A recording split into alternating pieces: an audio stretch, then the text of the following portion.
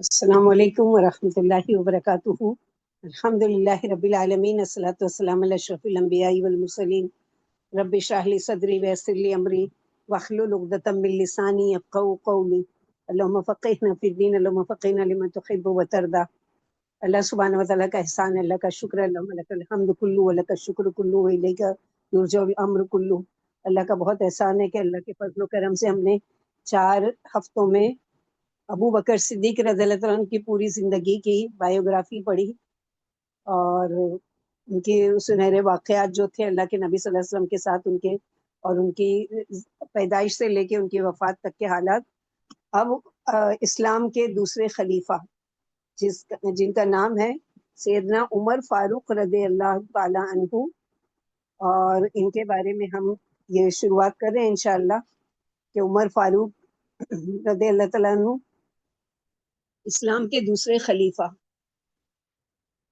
تو ان کے سنہرے واقعات پڑھیں گے، ان کے بارے میں پڑھیں گے کہ کس طرح سے یہ اسلام لائے، اور کس طرح سے اللہ سبحانہ و تعالیٰ نے ان کو اتنی عزت دی تھی کہ ابو بکر صدیق رضی اللہ عنہ کا جو خلافت کا جو زمانہ تھا وہ صرف 2 سال کا تھا، لیکن ان کو اللہ سبحانہ و تعالیٰ نے اتنی وسعت دی کہ 12 سال تک انہوں نے خلیفہ رہ کر، امیر المومنین بن کر، اور کئی فتوحات اور کئی بہت سارے ایسے نئے کام اسلام میں جو لوگوں کے فائدے کے اور جو اللہ کی رضا و خوشنودی کے، یعنی نئے دین میں کوئی نہیں لیکن دنیاوی ترقی میں انہوں نے نئی چیزیں بہت ساری ایجاد کی تھی، جن کو ہم ان کے حالات کے حساب سے جانیں گے۔ تو شروع کرتے ہیں سب سے پہلے ان کا جو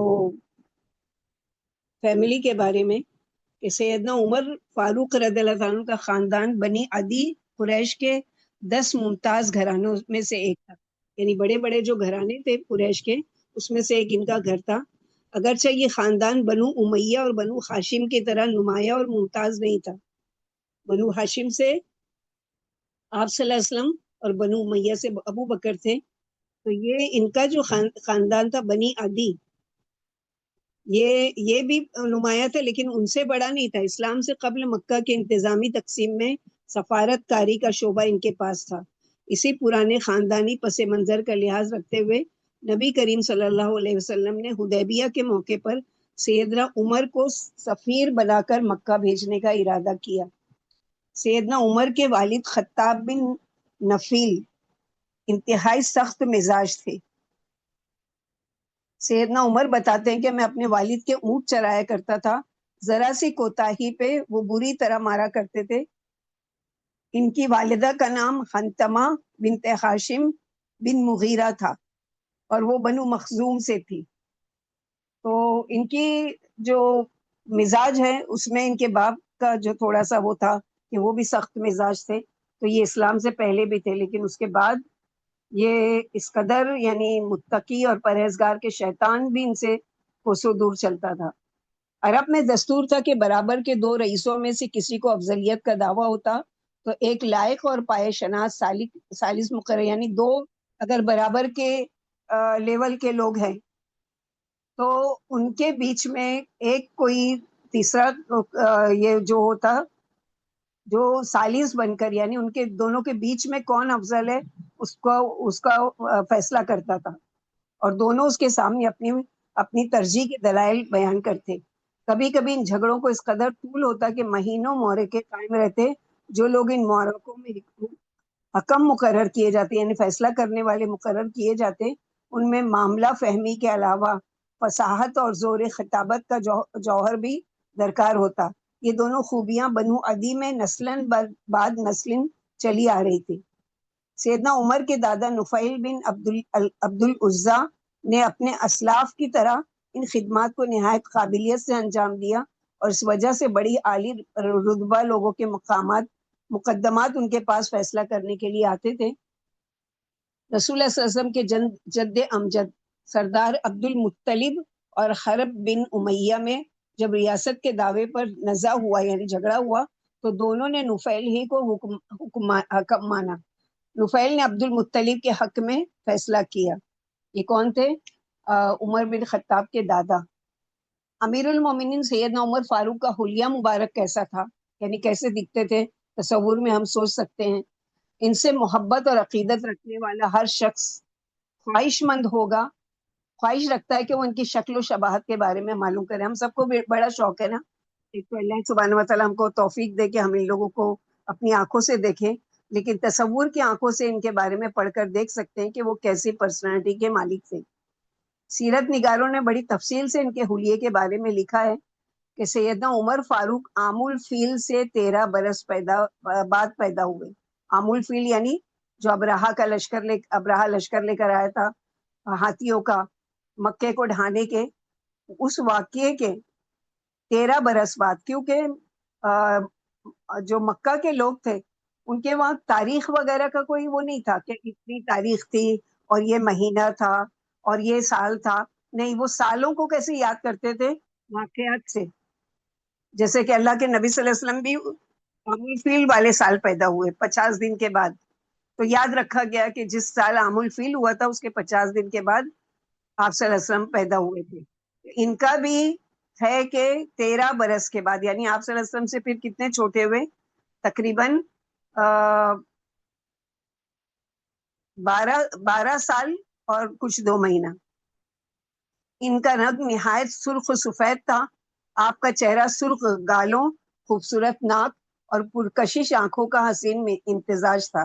سیدنا عمر فاروق دراز قد یعنی بہت لمبے قد کے تھے اور مضبوط جسم کے مالک تھے. آپ کے ہاتھ پاؤں خاصے بھاری تھے جنہیں دیکھ کر صحت مندی کا احساس ہوتا تھا. سر کے بال سامنے سے جھڑے ہوئے تھے. لمبے قد کی وجہ سے آپ ہر جگہ نمایاں نظر آتے.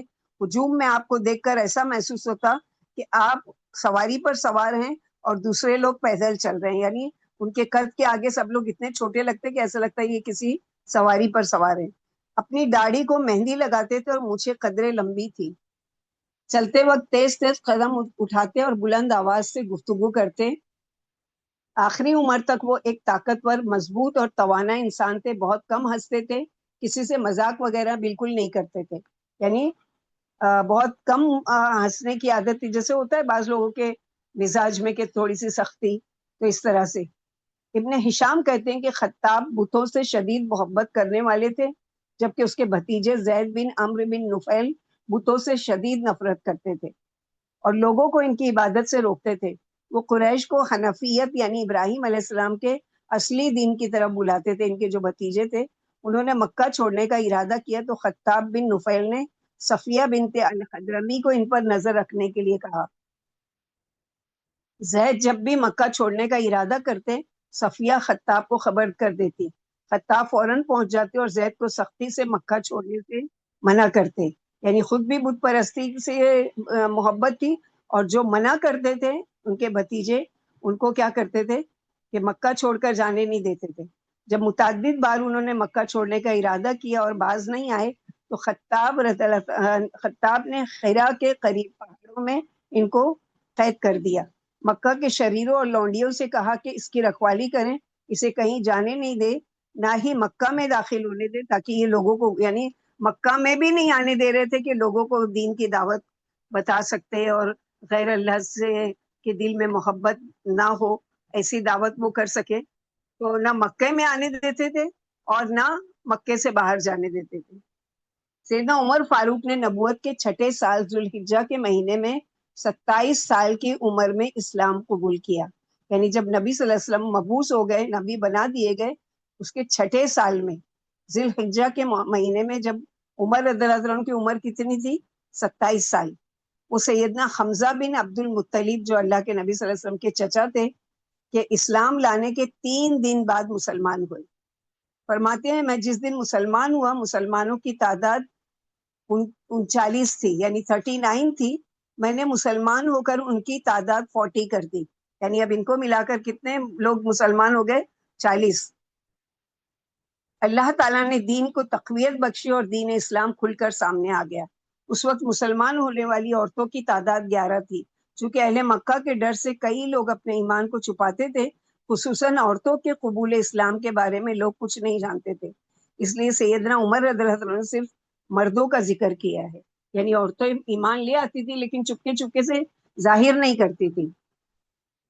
عمر رضی اللہ عنہ کو پہلوانی اور کشتی کے فن میں بھی کمال حاصل تھا، یہاں تک کہ اکاس کے دنگل میں بڑی مورکے کی کشتیاں لڑتے تھے۔ اکاس جبل عرفات کے پاس ایک مقام تھا جہاں سال کے سال اس غرض سے میلہ لگتا تھا کہ عرب کے تمام اہل فن جمع ہو کر اپنے کمالات کے جوہر دکھاتے تھے، اس لیے وہی لوگ یہاں پیش ہو سکتے تھے جو کسی فن میں کمال دکھاتے تھے۔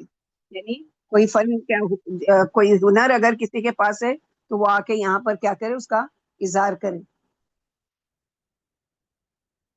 نابغہ ربیانی، حسان بن ثابت، قز بن سعیدہ ایادی، سیدہ خنسہ بنت عمر، جن کو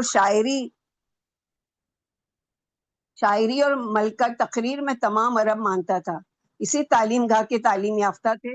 سیدنا عمر کے بارے میں علامہ بلازری نے کتاب الاشراف میں نقل کیا ہے کہ وہ اکاس کے دنگل میں کشتی لڑا کرتے تھے۔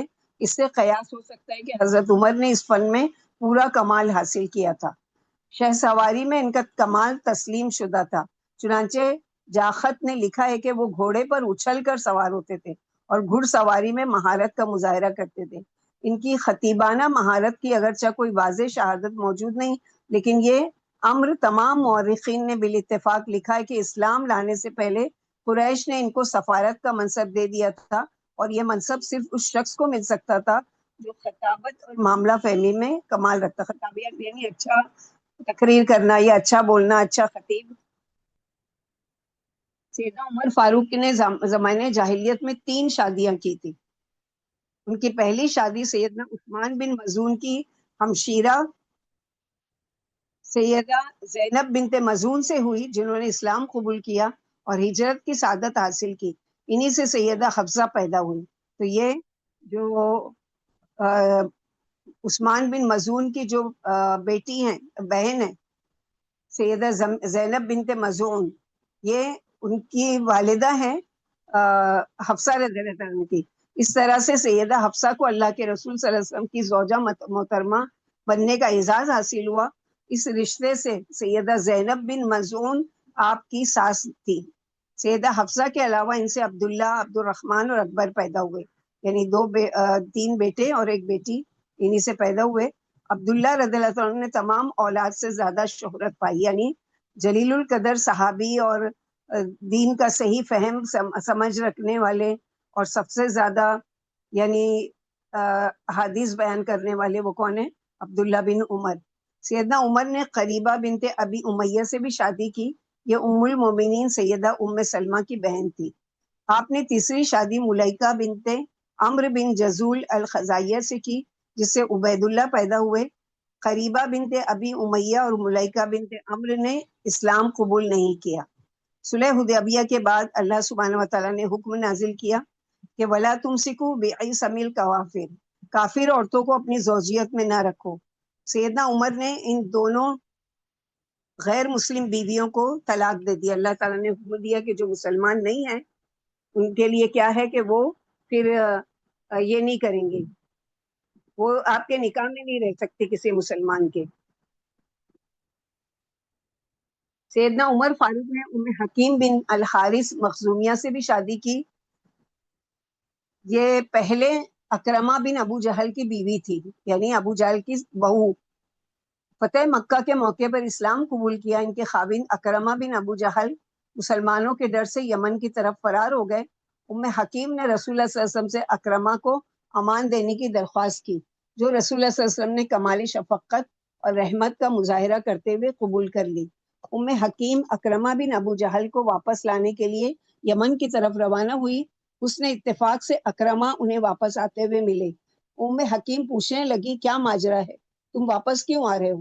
اکرمہ بتانے لگے کہ جب ہماری کشتی بھنور میں پھنس گئی تھی تو کشتی والے نے کہا کہ اخلصوا فإن آلہتکم لا تغنی عنکم ہاہنا شیئا، خالص اللہ کو پکارو، یہاں تمہارے معبود کام نہیں آ سکتے۔ یہاں تمہارے معبود جن کو تم پوجا کرتے ہو یہ تم کو اس بھنور سے اور اس طوفان سے نہیں بچا سکتے۔ میں نے سوچا، اکرمہ بن ابی جہل کہتے کہ میں نے سوچا اگر ہمارے معبود سمندر میں کام نہیں آ سکتے تو یہ خشکی پر کیسے کام آ سکتے ہیں؟ اگر میری یعنی انہوں نے دل میں سوچا کہ اگر میری جان بچ گئی، یعنی میں طوفان سے بچ کر نکل گیا تو میں محمد صلی اللہ علیہ وسلم کی خدمت میں حاضر ہو کر ان کے دست مبارک پر بیعت کر لوں گا۔ حکیم اپنے خاوند کو لے کر جب رسول اللہ صلی اللہ علیہ وسلم کی خدمت میں حاضر ہوئی تو آپ صلی اللہ علیہ وسلم نے ان کا بھرپور استقبال کیا۔ وہ نہایت بہادر خاتون تھی جنہوں نے مرج صفر کی جنگ میں خیمہ کی لکڑی سے 7 رومیوں کو قتل کیا، یعنی اتنی بہادر تھی ہے۔ سیدنا عمر فاروق نے مورکہ یرموک میں اکرمہ کے شہید ہونے کے بعد ان سے نکاح کیا۔ حکیم سے ان کی بیٹی ایک تھی جن کا نام تھا فاطمہ بنت عمر بن خطاب۔ سیدنا عمر فاروق نے مدینہ طیبہ آ کر جمیلہ بنت ثابت انصاریہ سے بھی شادی کی۔ یہ قبیلے اوس سے تعلق رکھتی تھی۔ ان کا نام آسیہ، سواد سے یعنی گناہگار۔ رسول اللہ صلی اللہ علیہ وسلم نے ان کا نام بدل کر جمیلہ رکھا۔ ان سے عاصم پیدا ہوئے۔ سیدنا عمر فاروق نے اپنے چچا زاد کی بیٹی عاتقہ بنت زید سے بھی شادی کی۔ یہ خاتون نہایت خوبصورت اور فصاحت اور بلاغت میں یکتا تھی۔ یہ سیدنا عمر فاروق کے بہنوئی سعید بن زید کی چھوٹی بہن تھی۔ سیدنا عمر فاروق کی خواہش تھی کہ ان کی آل رسول صلی اللہ علیہ وسلم سے رشتہ داری ہو جائے، کیونکہ انہوں نے آپ صلی اللہ علیہ وسلم سے سن رکھا تھا کہ ہر تعلق، نسب اور رشتہ داری قیامت کے دن کٹ جائے گی، منقطع ہو جائے گی، سوائے میرے تعلق، یعنی میرا تعلق جو ہے وہ جو بھی میرے اہل بیت میں سے ہے وہ تعلق قائم رہے گا، باقی ساری رشتہ داریاں کٹ جائیں گی۔ نسب اور رشتہ داری یہ قیامت کے دن بھی قائم رہے گی۔ سیدنا عمرو بن عاص نے ان کو مشورہ دیا کہ آپ سیدہ فاطمہ کی بیٹی کلثوم بنت علی سے شادی کر لیں، آپ کی آل رسول صلی اللہ علیہ وسلم سے رشتہ داری ہو جائے گی۔ سیدنا عمر فاروق نے یہ تجویز منظور کر لی اور نکاح کا پیغام بھیجا جو قبول کر لیا گیا۔ اس طرح ان کا نکاح سیدہ کلثوم بنت علی سے ہو گیا، یعنی علی اور فاطمہ رضی اللہ عنہ کے یہ داماد بنے۔ انہوں نے 40,000 درہم بطور حق مہر ادا کیے۔ ان سے زید الاکبر اور رقیہ پیدا ہوئی، یعنی 2 بیٹے، ایک بیٹی ایک بیٹا پیدا ہوئے جن کا نام رکھا زید الاکبر اور رقیہ۔ سیدنا عمر فاروق کی ایک شادی سیدہ سبیعہ بنت الحارث سے بھی ہوئی۔ ایک یمنی خاتون سیدہ لخیہ سے بھی شادی کی۔ ان کے بطن سے عبد الرحمن اصغر یا عبد الرحمن اوسط پیدا ہوئے۔ اسلام قبول کرنے سے پہلے عمر بن خطاب اسلام کے شدید دشمن تھے، جیسا کہ ہم لوگوں کو بھی پتہ ہے کہ کئی دفعہ سیرت میں پڑھنے میں آیا کہ کس قدر ان کی دشمنی تھی، کہ اس نے اسلام یعنی جس شخص کے بارے میں بھی ان کو پتہ چل جاتا کہ اس نے اسلام قبول کر لیا ہے تو اس پر خوب ظلم کرتے اور اسے مارتے تھے اور تنگ کرتے تھے۔ انہوں نے اپنے خاندان آل خطاب پر خوب ظلم کیا۔ جب پہلی ہجرت حبشہ ہوئی تو ان نفوس قدسیہ میں عامر بن ربیعہ اور ان کی اہلیہ عبداللہ بھی شامل تھی۔ یہ دونوں سیدنا عمر فاروق کے رشتہ دار تھے۔ جب یہ ہجرت حبشہ کی تیاری کر رہے تھے تو ایک دن سیدنا عمر فاروق ان کے گھر آئے۔ عامر بن ربیعہ کسی کام سے گھر سے باہر تھے۔ سیدہ عبداللہ لیلہ بنت ابی خرسمہ فرماتی ہے کہ ہم عمر کی طرف سے بڑی تنگی، تکلیف اور ظلم برداشت کر چکے تھے۔ عمر مجھ سے کہنے لگے، عبداللہ کہیں جانے کا ارادہ ہے؟ میں نے کہا ہاں، اللہ کی قسم ہم اللہ کے زمین میں نکل جائیں گے یہاں تک کہ اللہ ہمارے لیے کشادگی کا سامان فراہم فرما دے۔ تم نے ہمیں بہت تکلیف دی ہے، ہم پر بہت ظلم کے پہاڑ توڑے ہیں۔ میری بات سن کر سیدنا عمر نے دعائیہ کلمات کہے کہ اللہ تمہارا نگہبان ہے۔ میں نے سیدنا عمر رضی اللہ عنہ کو اس دن ایسی رقت آمیز حالت میں کبھی نہیں، یعنی اللہ تعالیٰ نے ایسا دل میں ان کے رحم ڈالا کہ بجائے مجھ پر ظلم کرنے کے کیا کہہ رہے ہیں کہ اللہ تمہارا نگہبان ہو۔ اور میں نے دیکھا کہ ایسی رقت، ایسی نرمی کہ اس سے پہلے ہم نے کبھی نہیں دیکھی ان کے اندر۔ عامر بن ربیعہ جب واپس آئے تو میں نے سارا قصہ کہہ سنایا۔ عامر نے کہا شاید تیرا خیال ہے کہ عمر مسلمان ہو جائے گا؟ میں نے کہا ہاں، یعنی مجھے لگتا ہے کہ وہ مسلمان ہو جائیں گے، میرا یہی خیال ہے۔ اس نے کہا میرے خیال میں تو ان کا مسلمان ہونا بہت مشکل ہے۔ سیدنا عمر فاروق کے بارے میں اندازہ لگانے میں لیلہ اپنے خاوند سے زیادہ دور اندیش ثابت ہوئی۔ کمزور مسلمانوں کی ثابت قدمی نے کئی لوگوں کے دلوں میں اسلام کی جوت جگا دی تھی۔ جاہلی عصبیت آہستہ آہستہ دلوں سے ہٹ رہی تھی۔ سیدنا عمر فاروق ایک مرتبہ رات کے وقت حرم کعبہ میں تشریف لائے۔ ان کی خوش قسمتی کے کیا کہنے کہ گھر سے تو شراب کی تلاش میں نکلے تھے۔ ان کا منصوبہ یہ تھا کہ پہلے شراب پیئیں گے، پھر گپ شپ کے لیے عمر بن عمران مخزومی کے محلے میں جمنے والی مجلس میں بیٹھیں گے، لیکن قدرت کو کچھ اور ہی منظور تھا۔ پہلے انہیں شراب فراہم کرنے والا بندہ ہی نہیں ملا جس سے وہ شراب خریدتے۔ پھر وہ مجلس کی طرف گئے، وہاں بھی انہیں کوئی نظر نہیں آیا۔ چاروں ناچار ان کے قدم خانہ کعبہ کی طرف اٹھ گئے. وہاں نبی کریم صلی اللہ علیہ وسلم نماز پڑھ رہے تھے. سیدنا عمر فاروق خانہ کعبہ کے پردے کے پیچھے گھس کر قرآن سننے لگے. رسول اللہ صلی اللہ علیہ وسلم سورہ حقہ کی تلاوت کر رہے تھے. سیدنا عمر فاروق قرآن کے الفاظ اور ان کے معنی کی وسعت پر حیرت زدہ رہ گئے. ان کا بیان ہے کہ میں نے دل میں سوچا اللہ کی قسم یہ تو شاعر ہے جیسے کہ قریش کہتے ہیں. لیکن اتنے میں آپ نے یہ آیت تلاوت فرمائی سورہ حقہ کی کہ انہ لقول رسول کریم وما هو بقول شاعر قلیلا ما تؤمنون. یہ ایک بزرگ رسول کا کہا ہوا، یہ کسی شاعر کا قول نہیں ہے، تم لوگ کم ہی ایمان لاتے ہو. سیدنا عمر فاروق کہنے لگے میں نے اپنے دل میں سوچا شاید یہ کاہن ہے، لیکن اتنے میں یعنی ضرور یہ کاہن ہے کہ اس کو کیسے پتا چلا کہ میں نے کہا ہے کہ یہ شاعر ہے اور فوراً اس نے یہ آیت پڑھ دی. ضرور یہ کاہن ہے کہ جان گیا میرے دل کی بات. اور جب ان کے دل میں یہ بات ہے کہ ضرور یہ کاہن ہے یعنی غیب کا جاننے والا ہے، تو اللہ سبحانہ و تعالیٰ نے جو آیت نازل کی تھی اس کو تلاوت کی اللہ کے رسول صلی اللہ علیہ وسلم نے. ولا بقول کاہن قلیلا ما تذکرون تنزیل من رب العالمین. یہ کسی کاہن کا قول نہیں ہے، تم لوگ کم ہی نصیحت قبول کرتے ہو، یہ تو رب العالمین کی طرف سے نازل شدہ ہے.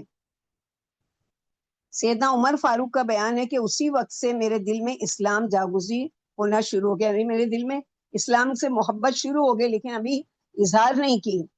اظہار اپنا کب کرتے ہیں کہ جب سیدنا عمر فاروق کی بہن سیدہ فاطمہ بنت خطاب اور ان کے خاوند سیدنا سعید بن زید شروع میں ہی اسلام کی نعمت سے مالا مال ہو گئے تھے. سیدنا سعید رضی اللہ عنہ عمر فاروق کے چچا زاد بھائی کے بیٹے بھی تھے. ان کا دادا نفیل تھا اور یہ بنو عدی سے تعلق رکھتے تھے. جب سیدنا عمر رضی اللہ عنہ نے یہ سنا کہ ان کے بہن اور بہنوئی دونوں مسلمان ہو گئے تو وہ بہت زیادہ آگ بگولا ہو گئے اور فوراً ان کے دروازے پر پہنچ کر دستک دی. اندر سے پوچھا گیا کون؟ فرمایا خطاب کا بیٹا عمر. جواب ملا اس وقت گھر کے اندر موجود افراد قرآن کریم کی تلاوت میں مصروف تھے، یعنی دونوں ہسبینڈ اینڈ وائف جو ان کی بہنوئی اور ان کی بہن تھے وہ دونوں قرآن کی تلاوت کر رہے تھے. انہوں نے عمر رضی اللہ عنہ کی آواز سنی تو جلدی سے چھپ گئے اور قرآن مجید کے صفحات اسی طرح پڑے رہ گئے. عمر رضی اللہ عنہ گھر میں قدم رکھا، بہن نے عمر کے تیور دیکھے تو جلدی سے قرآن کے صفحات کو چھپا لیا. عمر بن خطاب نے پوچھا یہ خسر پسر کیسی تھی جو میں نے ابھی سنی ہے؟ اہل خانہ اس وقت سورہ طٰہٰ کی تلاوت سے دلوں اور روحوں کی دنیا کو منور کر رہے تھے. انہوں نے کہا کیا آپ کوئی اور بات نہیں کر سکتے؟ سیدنا عمر فاروق نے فوراً کہا مجھے پتا چلا ہے کہ تم لوگ بے دین ہو چکے ہو. یہ سن کر سیدنا عمر کے بہنوئی نے کہا ارأیت یا عمر ان کان الحق فی غیر دینک.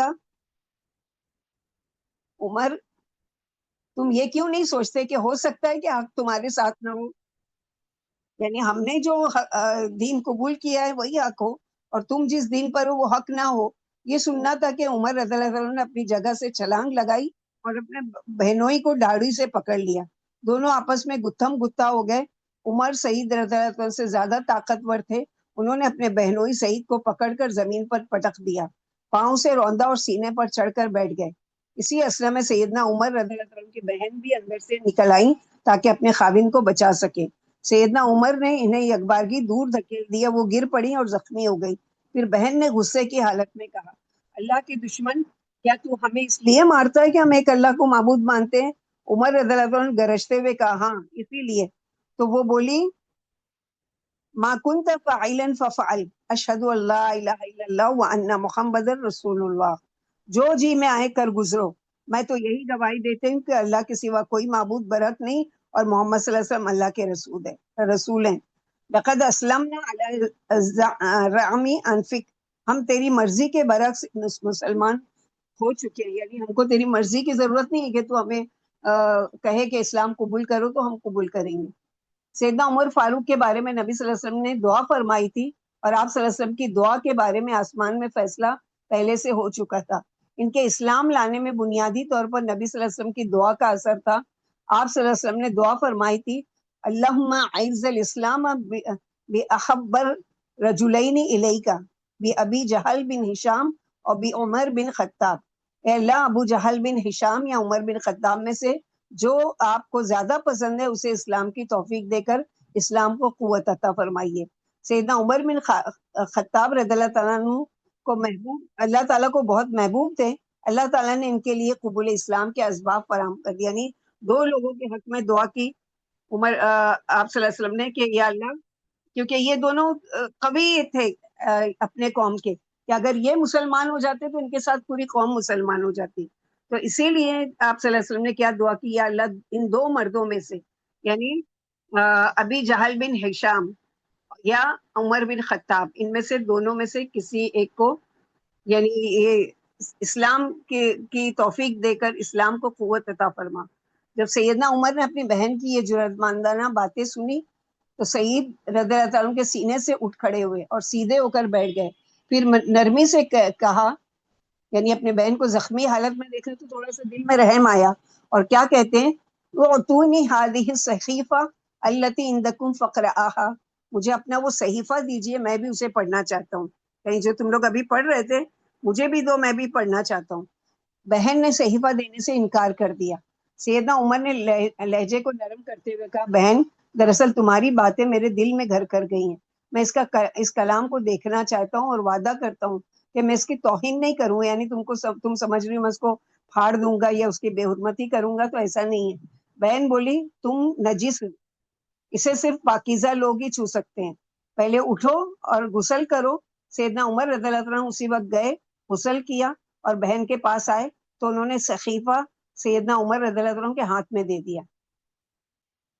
سیدنا عمر رضی اللہ عنہ نے صحیفے میں سورۃ طٰہٰ اور دیگر کئی صورتیں پڑھی. آغاز میں بسم اللہ الرحمن الرحیم پڑھی. الرحمن الرحیم ہی کہا تھا کہ اللہ کی ذات اور قرآن کی ہیبت ان کے دل میں بیٹھ گئی. صحیفہ ہاتھ سے ان کے چھوٹ گیا. دوبارہ ہمت کر کے تلاوت شروع کی. یہ سورۃ طٰہٰ کی ابتدائی آیات تھی. انہیں پڑھا تو تعجب سے کہا، حیرت ہے کہ قریش ایسے عمدہ کلام سے بھاگتے تھے. پھر مسلسل پڑھتے رہے اور جب آیت نمبر 16 پر پہنچے تو ایک دم سے بول اٹھے، ينبغي لمن يقول هذا الا يعبد معه غيره دلوني على محمد. جس کا ایسا عمدہ کلام ہے اس کے علاوہ کسی اور کی عبادت نہیں ہونی چاہیے، مجھے محمد صلی اللہ علیہ وسلم کے پاس لے کر چلو. حضرت عبداللہ بن عمر رضی اللہ عنہ فرماتے ہیں، سیدنا عمر رضی اللہ عنہ کی زبان سے جب یہ جملہ نکلتا کہ لَأَظُنُّهُ،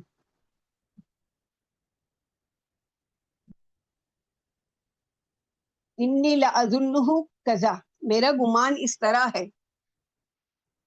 تو وہ گمان سچ ثابت ہوتا ہے. یعنی کوئی چیز کے بارے میں وہ کہہ دیتے تھے کہ میں ایسا سوچ رہا ہوں یا ایسا یہ ہونا چاہیے، اور واقعی وہ ہو جاتا تھا اللہ کی طرف سے.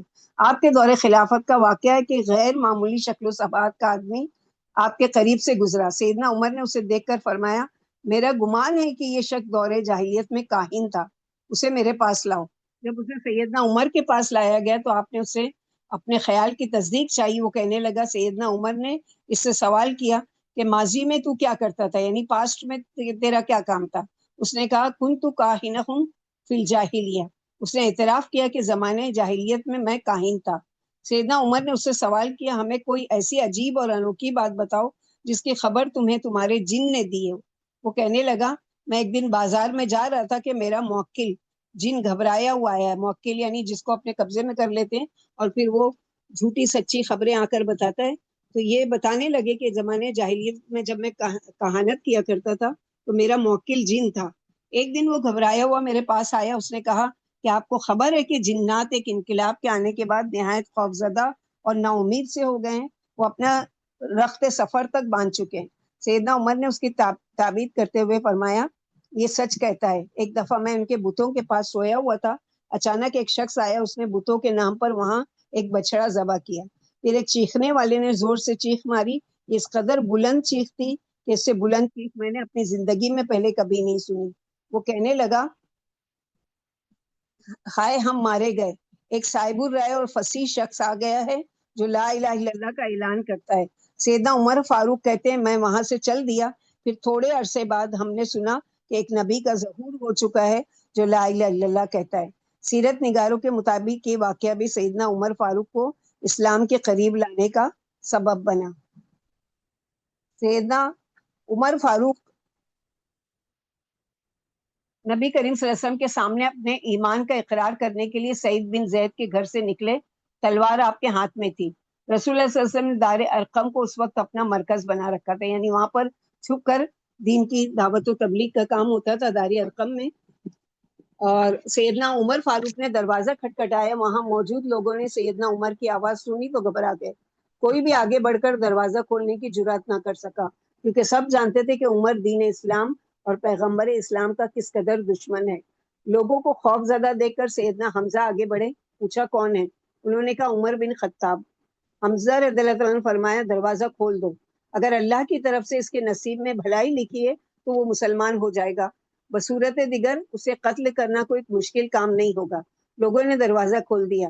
حضرت حمزہ اور ایک اور دوسرے صحابی نے عمر بن خطاب کے دونوں کندھے پکڑ لیے، جکڑ لیے اور مضبوطی سے پکڑ کر رسول اللہ صلی اللہ علیہ وسلم کی خدمت میں پیش کر دیا۔ آپ صلی اللہ علیہ وسلم نے انہیں چھوڑنے کا حکم دیا اور بنفس نفیس اٹھ کر آگے بڑھے اور اپنے دستے مبارک سے سیدنا عمر کی کمر اور چادر کو پکڑ کر جھٹکا دیا اور دریافت فرمایا ما جاء بک یا ابن خطاب واللہ ما ارى ان تنتخی حتی ینزل اللہ بک قاریۃ۔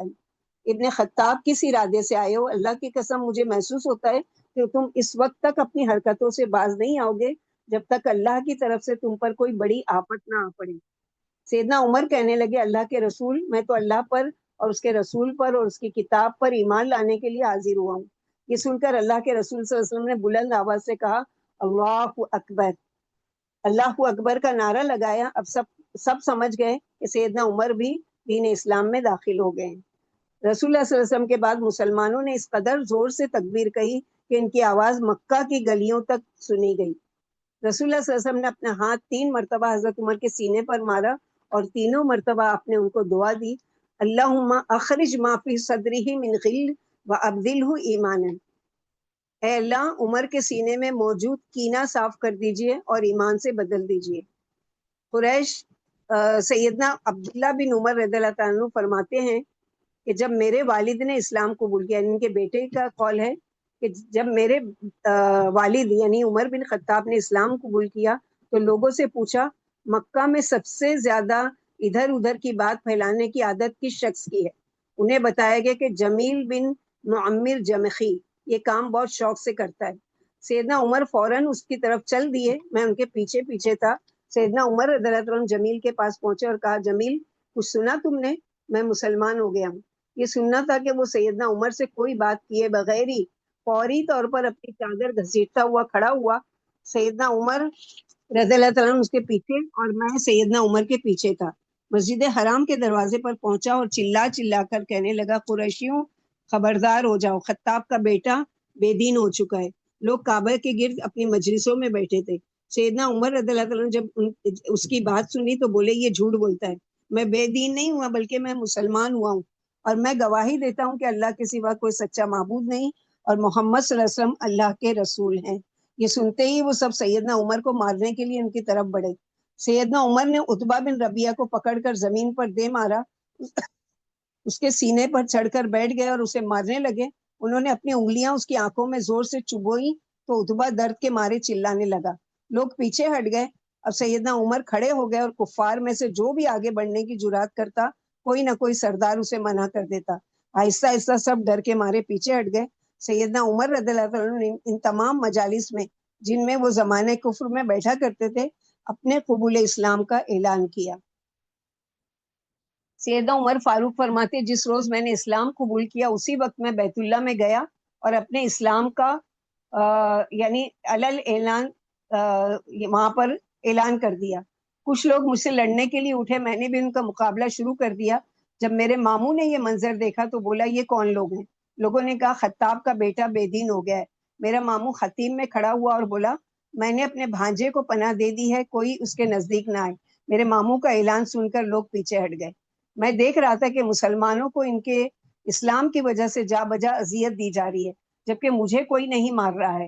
میں نے اپنے دل میں کہا مصیبتوں کے جو پہاڑ غریب مسلمانوں پر توڑے جا رہے ہیں وہ مجھ پر بھی ٹوٹنے چاہیے۔ میں تھوڑی دیر ٹھہر گیا، جب لوگ دوبارہ خطیب میں بیٹھ گئے تو میں اپنے ماموں کے پاس آیا اور ان سے کہا سنو۔ وہ بولا میں کچھ نہیں سن رہا۔ میں نے کہا میں تمہاری پناہ تمہیں واپس کرتا ہوں۔ وہ بولا میرے بھانجے ایسا مت کر، میں نے کہا میں تمہاری پناہ تمہیں واپس کرتا ہوں. تو پھر انہوں نے کہا کہ تو پھر جو چاہو کرو. اس نے کہا اس کے بعد سے یہی ہوتا رہا کہ کبھی قریش مجھے مارتے اور کبھی میں قریش کو مارتا. اسلام کے غلبے تک یہی صورتحال تھی. امام نووی بیان کرتے ہیں کہ سیدنا عمر رضی اللہ عنہ کو شمار ان صحابہ کرام میں ہوتا تھا جو نبوت کے ابتدائی برسوں میں مسلمان ہوئے. آپ عشرہ مبشرہ میں سے ایک ہیں. خلفائے راشدین میں سیدنا ابو بکر کے بعد آپ کا نمبر آتا ہے. آپ کو رسول اللہ صلی اللہ علیہ وسلم کا سسر ہونے کا بھی شرف حاصل ہے. آپ کی بیٹی سیدہ حفصہ امہات المومنین میں شامل ہوئی. اسلام لانے کے بعد ایک مرتبہ ایسا بھی ہوا کہ سیدنا عمر فاروق کی مشرکین مکہ سے جھڑپیں طلوع صبح سے لے کر غروب آفتاب تک جاری، یعنی صبح سے لے کے مغرب ہو گئی. اس کے بعد آپ تھک کر بیٹھ گئے. انہیں بیٹھا دیکھ کر مشرکین آپ کے پاس آ کر کھڑے ہو گئے. آپ نے فرمایا تم جو چاہو کرو، اللہ کی قسم اگر ہماری تعداد 300 تک پہنچ جائے تو تمہارے اور ہمارے درمیان مکمل فیصلہ ہو جائے گا، یا تو پھر تم رہو گے یا ہم رہیں گے. ابھی وہ سب ایسے ہی کھڑے تھے کہ ایک معزز شخص ریشمی چادر اور کڑھائی والی قمیض پہنے ہوئے آیا اور بولا کیا بات ہے؟ لوگوں نے کہا خطاب کا بیٹا بے دین ہو گیا. وہ شخص بولا خاموشی اختیار کرو. ایک شخص نے اپنے لیے اپنی مرضی سے ایک دین پسند کیا ہے، کیا تم سمجھتے ہو کہ بنی عدی سے تمہارے حوالے کر دیں گے؟ اس شخص کا یہ جواب سن کر وہ سب آنن فانن چلے گئے اور مسئلہ بالکل صاف ہو گیا. ابن عمر رضی اللہ عنہ کہتے کہ میں نے ایک دفعہ مدینے میں آپ سے پوچھا ابا جان اس دن آپ کو ان لوگوں سے چھڑانے والا شخص کون تھا؟ حضرت عمر نے فرمایا میرے بیٹے وہ عاص بن وائل سہمی تھے. ایک مرتبہ سیدنا عمر فاروق عمرہ ادا کرنے کے لیے مکہ مکرمہ روانہ ہونے لگے تو اللہ کے رسول صلی اللہ علیہ وسلم نے فرمایا لا تنسانا یا اخی فی دعائی کا، اے میرے بھائی ہمیں اپنی دعاؤں میں یاد رکھنا. تو یہ چیز اللہ کے نبی صلی اللہ علیہ وسلم سے ثابت ہے کہ جب کوئی سفر پر جانے لگے تو ہمارے لیے بھی کیا ہے کہ ان سے دعا کی درخواست کرنا چاہیے کہ ہمارے حق میں دعا کرنا. سیدنا عمر فاروق فرماتے کہ مجھے روئے زمین کی تمام قیمتی اشیاء رسول اللہ صلی اللہ علیہ وسلم کے اس الفاظ سے کے مقابلے میں ہیچ لگی کہ دعا میں انہوں نے کیا کہا، یا اخی، اے میرے بھائی. اسلام قبول کرنے کے بعد فوراً بعد سیدنا عمر فاروق نے اللہ کے رسول صلی اللہ علیہ وسلم کی خدمت میں عرض کیا اللہ کے رسول کیا ہم لوگ حق پر نہیں ہیں؟ آپ صلی اللہ علیہ وسلم نے ارشاد فرمایا بلا شبہ اس ذات کی قسم جس کے قبضے میں میری جان ہے تم لوگ حق پر ہو. پھر ہم چھپ کر کیوں رہیں؟ اللہ کی قسم تم سب لوگ باہر نکلو. سیدنا عمر جذبہ ایمانی سے سرشار ہو کر بولے جب رسول اللہ صلی اللہ علیہ وسلم نے دیکھا کہ عمر رضی اللہ عنہ اسلام قبول کر چکے ہیں اور آپ کے پیچھے اللہ کے شیر حمزہ رضی اللہ عنہ کی طاقتور شخصیت بھی موجود ہے اور اب اسلامی دعوت اس مرحلے پر پہنچ چکی ہے کہ جہاں وہ اپنا دفاع کرنے اور راستے کی تکالیف دور کرنے کی صلاحیت رکھتی ہے، تو آپ صلی اللہ علیہ وسلم نے حضرت عمر کی تجویز قبول کر لی. یعنی اب جب یہ دو اتنے طاقتور اور مضبوط لوگ آ گئے ہیں تو کیا ہے اب ہم کو چھپ کر نہیں رہنا ہے بلکہ کیا ہے کھلم کھلا دعوت دینا ہے. چنانچہ مسلمان دو صفے باندھ کر باہر نکلے. ایک صف کے آگے سیدنا حمزہ تھے جبکہ دوسری صف کی قیادت سیدنا عمر فرما رہے تھے. جب مسلمان مسجد حرام میں داخل ہوئے اور قریش کی نظریں حمزہ بن عبد المطلب اور عمر بن خطاب پر پڑی تو ان کے چہرے مرجھا گئے. اس دن آپ نے سیدنا عمر بن خطاب کو فاروق کا لقب عطا فرمایا. کیوں ملا ان کو فاروق کا لقب؟ کیونکہ انہیں حق اور باطل کے بیچ میں ایک فرق کیا کہ اب نہیں ہم چھپ کر یعنی رہیں گے حق پر ہوتے ہوئے بھی. ان اللہ قد جعل الحق على لسان عمر وقلبه وهو الفاروق فرق اللہ به بین الحق والباطل. اللہ تعالیٰ نے عمر کی زبان اور دل پر حق جاری کر دیا ہے. وہ فاروق ہیں جن کے ذریعے اللہ تعالیٰ حق اور باطل کے درمیان فرق واضح کرتا ہے. تو یہ اللہ کے نبی صلی اللہ علیہ وسلم کے زبانی ان کو یہ یعنی شرف حاصل ہوا اور یہ لقب ملا فاروق کا. سیدنا عبداللہ بن مسعود فرماتے جب سیدنا عمر رضی اللہ عنہ مسلمان ہوئے تو ہم طاقتور ہو گئے. اس سے پہلے ہم بیت اللہ کا طواف کر سکتے تھے، نہ ہی ہمیں وہاں نماز پڑھنے کی اجازت تھی. جب سیدنا عمر مسلمان ہوئے تو انہوں نے مشرکین کو للکارا، چیلنج کیا. پھر ہم نے مسجد حرام میں نماز بھی پڑھی اور بیت اللہ کا طواف بھی کیا. ایک اور روایت کے الفاظ یہ ہیں سیدنا عبداللہ بن مسعود فرماتے ہیں کہ سیدنا عمر کا اسلام لانا عظیم الشان فتح تھی. ان کی ہجرت فتح کی نوید اور ان کی امارت باعث رحمت تھی. مجھے یاد ہے کہ سیدنا عمر کے اسلام لانے سے پہلے ہم بیت اللہ کا طواف بھی نہیں کر سکتے تھے اور نہ اس کے قریب نماز پڑھ سکتے تھے. جب سیدنا عمر مسلمان ہو گئے تو ہم نے مشرکین سے لڑائی کی، یہاں تک کہ انہوں نے ہمارا راستہ چھوڑ دیا اور ہم نے حرم میں نماز ادا کرنا شروع کی. سیدنا عمر بن خطاب کا بچپن خاصا مشکل حالات میں گزرا. یہ کوئی خوشحال گھرانہ نہیں تھا. سخت گیر والد کے اونٹ چرانے کے علاوہ اپنی خالہ کی بکریاں بھی چرایا کرتے تھے. ان کی خالہ بنو مخزوم سے تعلق رکھتی تھی. اپنی خلافت کے دور میں ایک دن ان کے دل میں یہ احساس پیدا ہوا کہ میں امیر المومنین ہوں. امت میں مجھ سے بڑا منصب کس کے پاس ہے؟ میرے اوپر اللہ کے سوا کوئی نہیں ہے. یہ خیال آتے ہی انہوں نے لوگوں کو بلوایا. جب لوگ اکٹھے ہو گئے تو اللہ اکبر کہہ کر ممبر پر چڑھ گئے. اللہ رب العزت کی حمد و ثنا بیان کی اور آپ صلی اللہ علیہ وسلم پر درود و سلام پڑھنے کے بعد کہنے لگے، لوگوں، میں اپنی خالہ کی بکریاں چرایا کرتا تھا، وہ مجھے اس کے عوض ایک مٹھی کھجور یا منقع دے دیا کرتی تھی. یہ کیوں یہ وضاحت کی انہوں نے لوگوں کو بلا کے؟ اس لیے کہ ان کے دل میں خیال آ گیا تھا کہ میں بڑا آدمی ہوں، یعنی اللہ کے بعد اللہ کے سوا کوئی بھی مجھ سے بڑا نہیں ہے. یہ جو ایک طرح سے، حالانکہ ان کے دل میں تکبر کا کوئی وہ نہیں تھا، لیکن ایک چیز ہے کہ انسان کے دل میں تھوڑی سی وہ آ جاتی ہے تو فوراً اس کی گلٹی فیل ہوئی اور لوگوں کو وہ کہا کہ میں کوئی بڑا آدمی نہیں ہوں، بلکہ میں تو وہ ہوں کہ میں اپنے بچپن کے دنوں میں اپنی خالہ کی بکریاں چرایا کرتا تھا.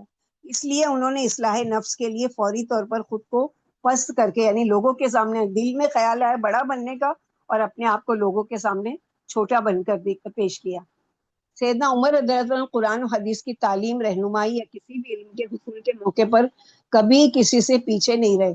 وہ خود فرماتے ہیں، میں اور میرا ایک انصاری پڑوسی جو میرے ساتھ مدینہ کے مضافات میں رہتا تھا، ہم دونوں باری باری ایک دن رسول اللہ صلی اللہ علیہ وسلم کی مجلس میں حاضر ہوتے تھے. جب میری باری ہوتی تو اس روز میں دن بھر اللہ کے رسول سے علم حاصل کرتا، اور جب اس کی باری ہوتی تو وہ بھی ایسا ہی کرتا. پھر ہم ایک دوسرے سے اس علم کو تبادلہ خیالات، یعنی تم نے کیا پڑھا آج، تم نے کیا پڑھا، یعنی علم کا شوق دیکھو کیسا.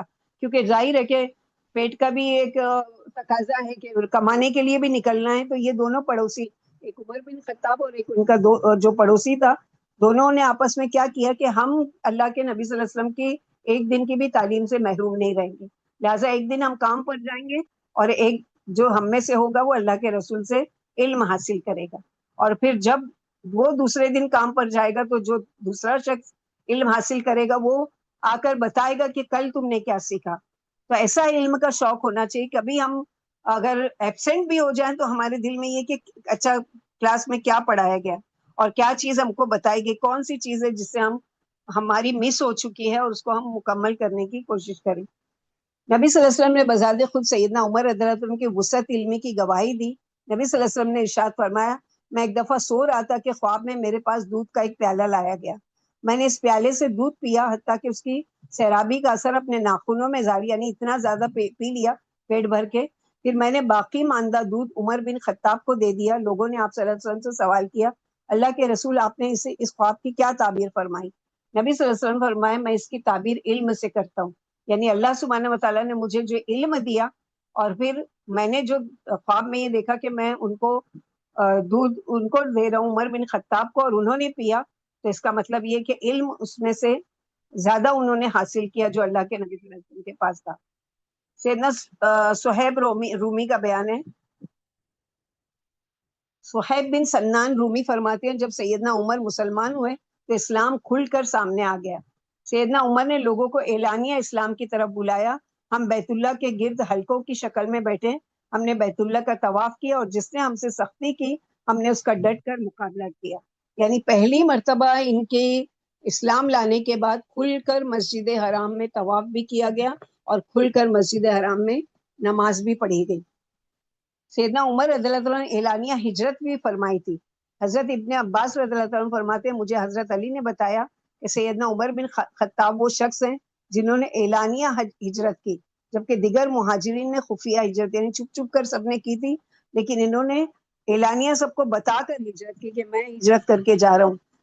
اور انہوں نے کس شان سے ہجرت کی اس کو دیکھتے ہیں. جب ہجرت کا عمر رضی اللہ عنہ نے ارادہ فرمایا تو اپنی تلوار گلے میں لٹکائی، کندھے پر کمان رکھی، ہاتھ میں تیر تھامے، نیزہ پہلو میں رکھا اور سیدھے بیت اللہ کے پاس پہنچ گئے. لوگ مسجد حرام کے صحن میں بیٹھے ہوئے تھے، یعنی بڑے بڑے سردار ابو جہل، ابو لہب اور امیہ بن یہ خلف، انہوں نے سب کی موجودگی میں بیت اللہ کے گرد اطمینان سے 7 چکر مکمل کیے، یعنی ایسی حالت میں ان کے ہی سامنے طواف کر رہے ہیں۔ پھر مقام ابراہیم پر پہنچے اور تسلی سے نماز ادا کی۔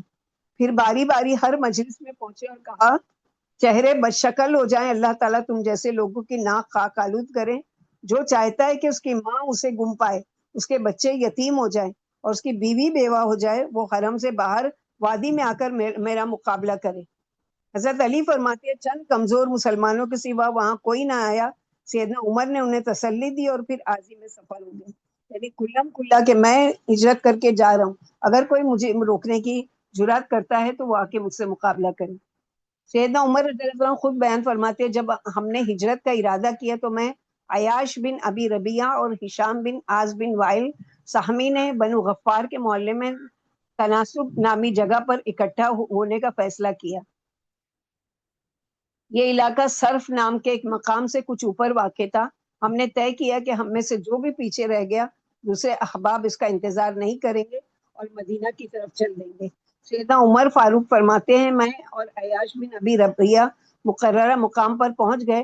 ہشام کو روک لیا گیا، وہ آزمائش میں مبتلا ہو گیا تھا۔ ہم مدینہ طیبہ پہنچ گئے، یہاں بنو عمرو بن عوف کے محلے میں آئے، یہ محلہ قبا کے پاس تھا، ہم نے وہیں قیام کیا۔ ادھر ابو جہل بن ہشام اور حارث بن ہشام مکہ سے عیاش بن ابی ربیعہ کے تعاقب میں نکلے۔ عیاش ان کے چچا زاد بھائی تھا، وہ دونوں اس کے تعاقب میں مدینہ پہنچ گئے۔ اس وقت نبی صلی اللہ علیہ وسلم مکہ ہی میں تھے۔ ان دونوں نے عیاش بن ربیعہ سے گفتگو کی، تیری ماں نے نظر مانی ہے کہ وہ اس وقت تک سر میں کنگھی نہیں کرے گی، نہ سائے میں بیٹھے گی جب تک کہ وہ تجھے دیکھنا ہے۔ اور یہ سن کر عیاش کا دل موم ہو گیا، یعنی جھوٹ بول کر یہ ان کو بہلا رہے ہیں۔ یہ سن کر عیاش کا دل موم ہو گیا، میں نے اسے سمجھایا اللہ کی قسم یہ صرف تمہیں تمہارے دین سے بھٹکانے آئے ہیں، ان سے بچ کر رہو۔ اللہ کی قسم تمہاری ماں کو جب سر کی جوئیں تنگ کریں گی اور مکے کی شدید دھوپ بےقرار کر دے گی تو وہ کنگھی بھی کرے گی اور سائے میں بھی آ جائے گی۔ لیکن عیاش نے کہا نہیں، میں اپنی ماں کی قسم پوری کرنا چاہتا ہوں، میرا مکہ میں بہت سا مال بھی رہ گیا ہے، وہ بھی لیتا آؤں گا۔ یہ سن کر سیدنا عمر نے فرمایا دیکھ تجھے علم ہے کہ میرے پاس بہت زیادہ مال ہے، تم ان کے ساتھ مت جاؤ، میں تجھے اپنا آدھا مال دے دوں گا۔ لیکن عیاش نے نہیں مانے، اس نے واپس جانے ہی پر اصرار کیا۔ آخر کار میں نے اس سے کہا دیکھ اگر تو نے ان کے ساتھ واپس جانے کا مصمم ارادہ کر ہی لیا ہے تو یہ میری اونٹنی لے کر جا، یہ بڑی اچھی اور تجربے کار ہے، اس سے نیچے مت اترنا۔ اگر تجھے ان سے دھوکے کے آثار نظر آئے تو اسی اونٹنی پر نکل کر واپس بھاگ آنا۔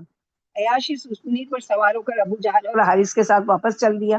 ابھی وہ راستے ہی میں تھے کہ ابو جہل نے اس سے کہا میرے بھائی اللہ کی قسم میرا اونٹ تنگ کرنے لگا ہے، کیا تو مجھے اپنے ساتھ سوار نہیں کر سکتا؟ عیاش نے کہا کیوں نہیں۔ اس نے اونٹنی کو بٹھا دیا، ابو جہل نے بھی اپنا اونٹ بٹھا دیا تاکہ وہ اتر سکے اور عیاش کی اونٹنی پر سوار ہو سکے۔ لیکن اچانک اسی اثنا میں دونوں نے عیاش پر حملہ کر دیا اور اسے رسیوں سے جکڑ دیا۔ اسی حالت میں اسے لے کر مکہ پہنچے، یعنی دھوکے سے لے کر گئے۔ مکہ پہنچ کر ابو جہل نے کہا مکہ والوں اپنے بے وقوفوں کے ساتھ ایسا ہی کرو جیسا کہ ہم نے اپنے اس بے وقوف کے ساتھ کیا ہے۔ ابو جہل اور حارث بن ہشام نے بھرپور منصوبہ بندی کی اور عیاش کو دھوکہ دینے میں کامیاب رہے، مگر سیدنا عمر فاروق نے اپنی خدادار فراست سے پہچان لیا تھا کہ اس کے ساتھ دھوکہ ہوگا اور اسے قید کر لیا جائے گا۔ یہ ان کی بے حد ذہانت فراست کا منہ بولتا ثبوت تھی۔ یعنی جیسے ابھی ہم لوگوں نے دیکھا کہ جب ہم 300 تک کے چیلنج کیا نا قریش مکہ کو، جب ہماری تعداد ابھی تو 40 ہے، 300 تک کی ہو جائے گی تو ہم تم سے جنگ کریں گے، اور واقعی وہ جنگ بدر میں یہی ہوا۔ ویسے ہی فراست یعنی اللہ سبحانہ وتعالیٰ نے ان کو دور اندیشی کا علم دیا تھا کہ پہلے سے ہی، حالانکہ علم غیب کی باتیں نہیں جانتے تھے لیکن وہ گمان جو کر لیتے تھے وہ آگے چل کے، اب ان کے بارے میں کہا کہ یہ بری نیت سے آئے ہیں، کوئی تمہاری ماں نے قسم وغیرہ نہیں کھائی، یہ جھوٹ بول کر تمہارے پاس آئے ہیں، اور لہٰذا ان لوگوں نے وہی کیا جس کا گمان انہوں نے کیا تھا کہ یہ عیاش کے ساتھ ایسا ہی کریں گے۔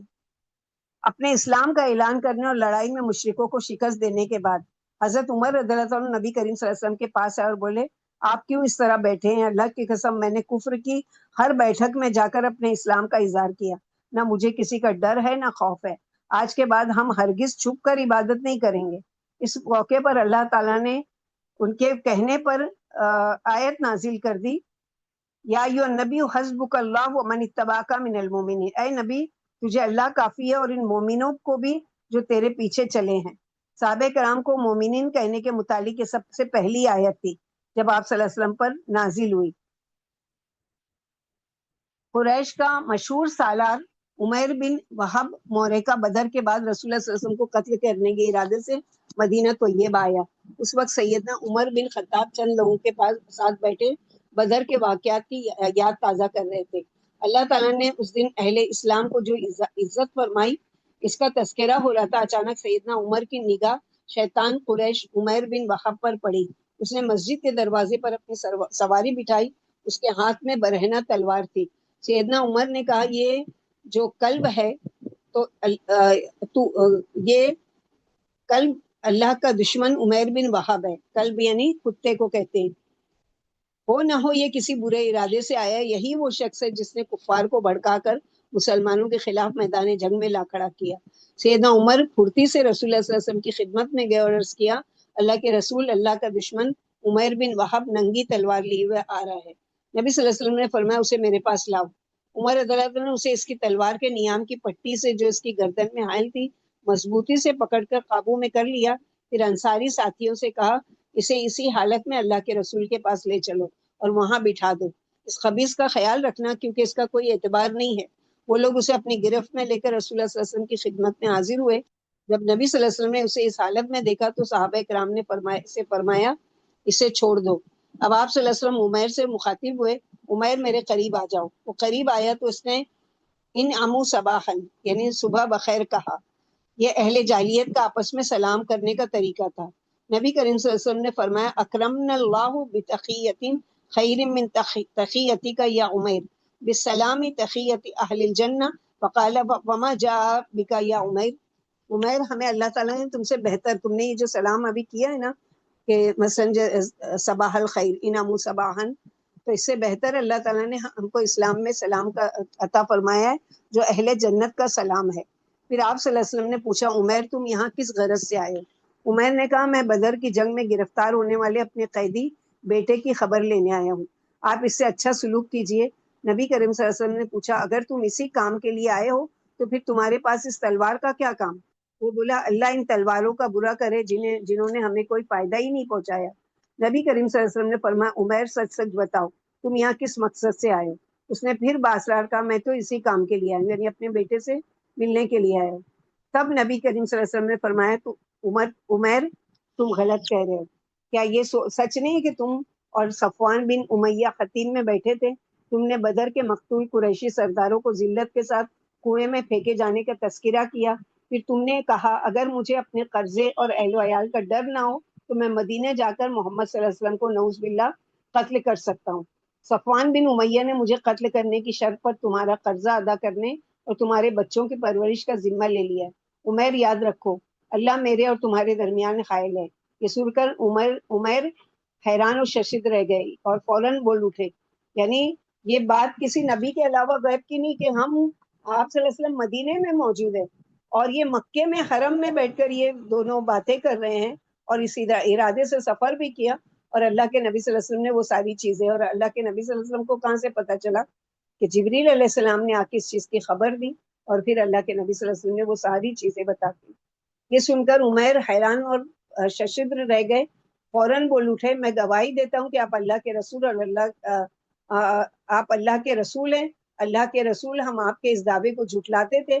آپ کے پاس آسمان سے خبریں آتی ہیں، میرے اور صفوان کے درمیان ہونے والے معاملے کی ہم دونوں کے سوا کسی کو کانوں کان خبر نہیں، یعنی اللہ کی قسم مجھے یقین ہو گیا ہے کہ آپ صلی اللہ علیہ وسلم کے پاس یہ خبر آسمان ہی سے آئی ہے۔ یقیناً تعریف کے لائق ہے وہ ذات جس نے مجھے ہدایت عطا فرمائی، سیدھی راہ پر چلا دیا اور اس کے اسباب بھی فراہم کر دیے۔ عمیر نے اس کے بعد حق کی شہادت دی۔ نبی صلی اللہ علیہ وسلم نے ارشاد فرمایا، اپنے بھائی کو دین کی تعلیم دو، اسے قرآن سکھلاؤ اور اس کا قیدی بھی چھوڑ دو۔ صحابہ نے اسی طرح کیا۔ اس قصے سے سیدنا عمر کی فہم و فراست اور بیداری کا پتہ چلتا ہے جو انہی کا خاصہ تھی۔ جب عمیر آئے تو وہ فوراً خبردار ہو گئے، اس سے محتاط رہنے کی تلقین کی اور اعلان کر دیا کہ یہ شیطان ہے، یہ کسی برے ارادے سے آیا ہے کیونکہ اس کی سابقہ زندگی سے سیدنا عمر بخوبی واقف تھے۔ اسی طرح عیسائی راہب اپنے مذہب پر کاربند رہنے اور اسے پھیلانے کے لیے بڑی محنت اور مشقت کرتے تھے۔ ایک دن سیدنا عمر فاروق ایک راہب کے عبادت خانے کے قریب سے گزرے، اسے پکارا، اے راہب! آواز سن کر راہب بالا خانے سے جھانکنے لگا۔ سیدنا عمر فاروق نے اس کی طرف دیکھا، کچھ غور کیا اور پھر ان کی آنکھوں میں آنسو آ گئے۔ دیکھنے والوں نے پوچھا، امیر المومنین، آپ کی آنکھوں میں آنسو؟ ارشاد فرمایا، اس راہب کو دیکھ کر مجھے اللہ تعالیٰ کا فرمان یاد آ گیا کہ اللہ تعالیٰ نے جیسے کہ قرآن میں فرمایا کہ عاملۃ الناصبہ تسلا نارن حامیہ، سورہ غاشیہ میں، کچھ چہرے اس دن سخت محنت کے باعث تھکے ہوئے ہوں گے اور بھڑکتی ہوئی آگ میں داخل ہوں گے۔ میری آنکھوں میں اس لیے آنسو آ گئے کہ اس قدر محنت اور مشقت کرنے والے راہب کل جہنم کی بھڑکتی ہوئی آگ میں ڈالے جائیں گے۔ حالانکہ انہوں نے عبادت اور ریاضت بہت کی ہے، مگر یہ عبادت اور جد و جہد غلط طریقے سے کی تھی۔ واضح رہے کہ اس آیت کے مصداق وہ بدعتی لوگ بھی ہیں جو نیک عمل کی محنت تو بہت کرتے، مگر یہ نیک اعمال سنت متأخرہ کے مطابق نہیں کرتے اور قرآن و سنت کو چھوڑ کر اپنے پیشواؤں کے پیچھے لگ جاتے ہیں۔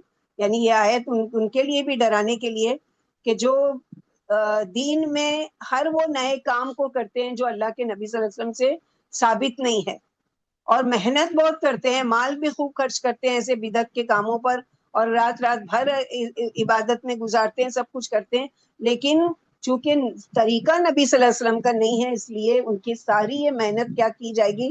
ریجیکٹ کر دی جائے گی۔ عمل تھوڑا سا لے کر آؤ، لیکن اس میں طریقہ محمد صلی اللہ علیہ وسلم کا ہو اور خالص اللہ کے لیے وہ عمل کیا گیا ہو، اللہ تعالیٰ کے ہاں وہ قابل قبول ہے۔ اللہ سبحانہ وتعالیٰ سورہ محمد آیت نمبر 33 میں فرماتے ہیں، یا ایھا الذین آمنوا اطیعوا اللہ واطیعوا الرسول ولا تبطلوا اعمالکم، اے ایمان والو، اللہ اور اس کے رسول کی اطاعت کرو اور اپنے اعمال کو ضائع مت کرو۔ یعنی جو کام اللہ کے مقرر کردہ طریقے اور رسول اللہ صلی اللہ علیہ وسلم کی سنت کے مطابق نہیں ہوں گے، وہ سب بیکار اور برباد ہیں۔ غزوہ بدر کے قیدیوں میں ایک شخص سہیل بن عمرو بھی تھا۔ یہ شخص قریش کا سردار ہی نہیں بلکہ ان کا خطیب بھی تھا، یعنی بہت اچھی تقریریں وغیرہ بھی کرتا تھا۔ یہ اللہ کے رسول صلی اللہ علیہ وسلم کے بارے میں ہرزہ سرائی کیا کرتا تھا، یعنی آپ کے خلاف باتیں کیا کرتا تھا، جس سے سیدنا عمر فاروق بخوبی واقف تھے۔ اس لیے انہوں نے اللہ کے رسول صلی اللہ علیہ وسلم سے عرض کی، اللہ کے رسول صلی اللہ علیہ وسلم، مجھے اجازت مرحمت فرمائے، میں اس کے اگلے دونوں دانت توڑ ڈالوں، اسے اپنے الفاظ پر کنٹرول نہیں رہے گا، اور یہ آپ کے خلاف کبھی ہرزہ رسائی نہیں، یعنی آپ کے خلاف کوئی بات کر ہی نہیں سکے گا۔ نبی صلی اللہ علیہ وسلم نے فرمایا، میں اس کی شکل نہیں بگاڑوں گا، کہیں ایسا نہ ہو کہ اللہ تعالیٰ میرے ساتھ بھی یہی سلوک کرے، حالانکہ میں اس کا نبی ہوں، ممکن ہے کہ وہ آنے وقت میں شاید مسلمان ہو جائے۔ پھر ایسا ہی ہوا کہ وہ فتح مکہ کے موقع پر اسلام کی نعمت سے بہراور ہو گئے۔ ان کا اسلام اس قدر پختہ ہوا کہ اللہ کے رسول صلی اللہ علیہ وسلم کی وفات کے بعد جب مکہ کے چند افراد نے اسلام سے مرتد ہونے کا ارادہ کیا اور مکہ کے گورنر عتاب بن اسید ان لوگوں سے خائف ہو کر چھپ گئے، تو سہیل بن عمرو نے ان سے خطاب کیا، اللہ کی حمد و ثنا بیان کی، پھر نبی صلی اللہ علیہ وسلم کی وفات کا تذکرہ کیا اور کہا کہ آپ صلی اللہ علیہ وسلم کی وفات سے اسلام کمزور نہیں ہوا ہے بلکہ مزید طاقتور ہوا ہے۔ جس نے ہمارے دین میں شک کیا ہم اس کی گردن اڑا دیں گے۔ ان کے اس جاندار موقف کے بعد ان لوگوں نے اپنی رائے بدل ڈالی اور اسلام پر قائم رہے۔ سیدنا عمر فاروق کی ایک نمایاں خوبی یہ تھی کہ وہ جہاد کے میدانوں میں ہمت نہیں ہارتے تھے۔ وہ نہایت بلند ہمت اور ذلت و رسوائی کا راستہ ہرگز اختیار نہیں کرتے تھے، چاہے انہیں شکست کے واضح آثار ہی نظر آنے لگے۔ ہر حال میں وہ ثابت قدم رہتے تھے۔ احد کے دن ایسا ہی معاملہ پیش آیا۔ غزوہ احد دوسرا بڑا معرکہ تھا جس میں رسول اللہ صلی اللہ علیہ وسلم بنفس نفیس شریک تھے۔ معرکے کے اختتام پر ابو سفیان ایک جگہ کھڑا ہو گیا اور بولا، کیا تم لوگوں میں محمد صلی اللہ علیہ وسلم موجود ہیں؟ نبی صلی اللہ علیہ وسلم نے فرمایا، اسے جواب مت دو۔ پھر بولا، کیا تم لوگوں میں ابو قحافہ کا بیٹا موجود ہے، یعنی ابو بکر صدیق موجود ہے؟ آپ صلی اللہ علیہ وسلم نے فرمایا، اس کا جواب مت دو۔ پھر اس نے سوال کیا، کیا تم لوگوں میں خطاب کا بیٹا یعنی عمر رضی اللہ عنہ موجود ہے؟ جب آپ صلی اللہ علیہ وسلم نے ہر دفعہ جواب دینے سے منع فرمایا تو وہ بولا، یہ سب قتل ہو گئے، اگر زندہ ہوتے تو جواب دیتے، یعنی یہ تینوں کے بارے میں جو پوچھا قتل ہو چکے ہیں۔ یہ سن کر سیدنا عمر سے ضبط نہیں کر سکے اور کڑک آواز میں بولے، اللہ کے دشمن، تو جھوٹ بولتا ہے، اللہ نے تیری رسوائی کا بہت کچھ سامان باقی رکھا ہے۔ ابو سفیان نے کہا، اولو حبل، حبل تو بلند ہو۔ نبی کریم صلی اللہ علیہ وسلم نے فرمایا اسے جواب دو. لوگوں نے پوچھا کیا جواب دے؟ نبی صلی اللہ علیہ وسلم نے فرمایا قولوا اللہ اعلی و اجل، کہو اللہ سب سے بلند اور بزرگ برتر ہے. ابو سفیان نے کہا لنا عزا ولا عزا لکم، ہمارے پاس عزا ہے، یعنی جو جس کی بت کی پوجا کرتے تھے وہ ہمارے پاس ہے، تمہارے پاس کوئی عزا نہیں ہے. نبی کریم صلی اللہ علیہ وسلم نے فرمایا اجیبوہ، اس کا جواب دو. صحابہ نے پوچھا کیا جواب دے؟ نبی کریم صلی اللہ علیہ وسلم نے فرمایا قولوا اللہ مولانا ولا مولا لکم، تم جواب دو کہ اللہ ہمارا کارساز ہے اور تمہارا کوئی کارساز نہیں. ابو سفیان نے کہا آج کا دن بدر کے دن کا بدلہ ہے، اور لڑائی میں تو ایسا ہوتا رہتا ہے، کبھی فتح تمہاری کبھی ہماری. ہاں البتہ تم اپنے مقتولین کی ناشوں کے بعض اعضا کٹے ہوئے پاؤ گے جس کا میں نے حکم نہیں دیا، لیکن یہ کام مجھے برا بھی نہیں لگا. ایک روایت میں سیدنا عمر نے کہا ہمارا تمہارا معاملہ برابر نہیں ہے، ہمارے جو شہید کیے گئے ہیں وہ جنت میں ہیں اور تمہارے مقتولین کہاں ہیں؟ جہنم میں، تو مقابلہ برابر کا نہیں ہوا. پھر ابو سفیان آگے بڑھا اور پوچھا عمر میں تمہیں قسم دیتا ہوں بتاؤ کیا ہم نے محمد صلی اللہ علیہ وسلم کو قتل کر دیا ہے؟ سیدنا عمر نے کہا اللہ کی قسم ہرگز نہیں، بلا شبہ وہ اس وقت تمہاری بات سن رہے ہیں. ابو سفیان نے کہا تم میرے نزدیک ابن قمہ سے زیادہ سچے اور قابل اعتبار ہو. ابن قمہ نے مجھ سے کہا تھا کہ اس نے محمد صلی اللہ علیہ وسلم کو قتل، یعنی جھوٹ بولا تھا وہ، حالانکہ عمر رضی اللہ عنہ کہتے ہیں کہ ہرگز نہیں. قریش کے تمام قبائل مورکہ بدر میں مسلمانوں کے بالمقابل آئے، لیکن بنو عدی یعنی حضرت عمر خطاب کے قبیلے میں سے ایک شخص بھی شریک نہیں ہوا. یہ امر جہاں تک قیاس کیا جا سکتا ہے کہ صرف حضرت عمر کے روب و دبدبے کے باعث تھا کہ وہ باوجود مشرک ہونے کے لیکن ان کے قبیلے کا کوئی ایک شخص بھی نہیں آیا بدر میں. سب سے پہلے جو شخص اس مورکے میں شہید ہوا وہ مخجع نامی سیدنا عمر کا غلام تھا. صلح حدیبیہ میں رسول اللہ صلی اللہ علیہ وسلم اور سہیل بن عمرو کے درمیان معاہدہ طے پایا. معاہدے کی ایک شرط یہ تھی کہ اگر اپنے سرپرست کی اجازت کے بغیر اہل مکہ میں سے کوئی شخص مسلمان سے آ ملے گا تو مسلمان اسے واپس کرنے کے پابند ہوں گے.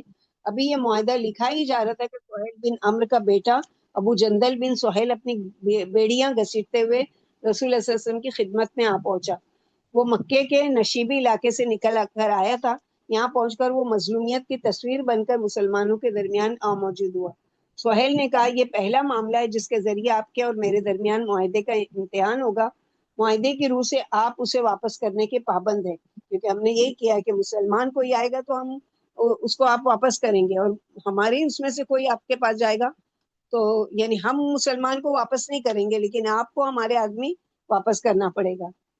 نبی کریم صلی اللہ علیہ وسلم نے فرمایا ابھی تو ہمارے درمیان تحریر بھی مکمل، یعنی ابھی ہم نے ایگریمنٹ سائن نہیں کیا ہے.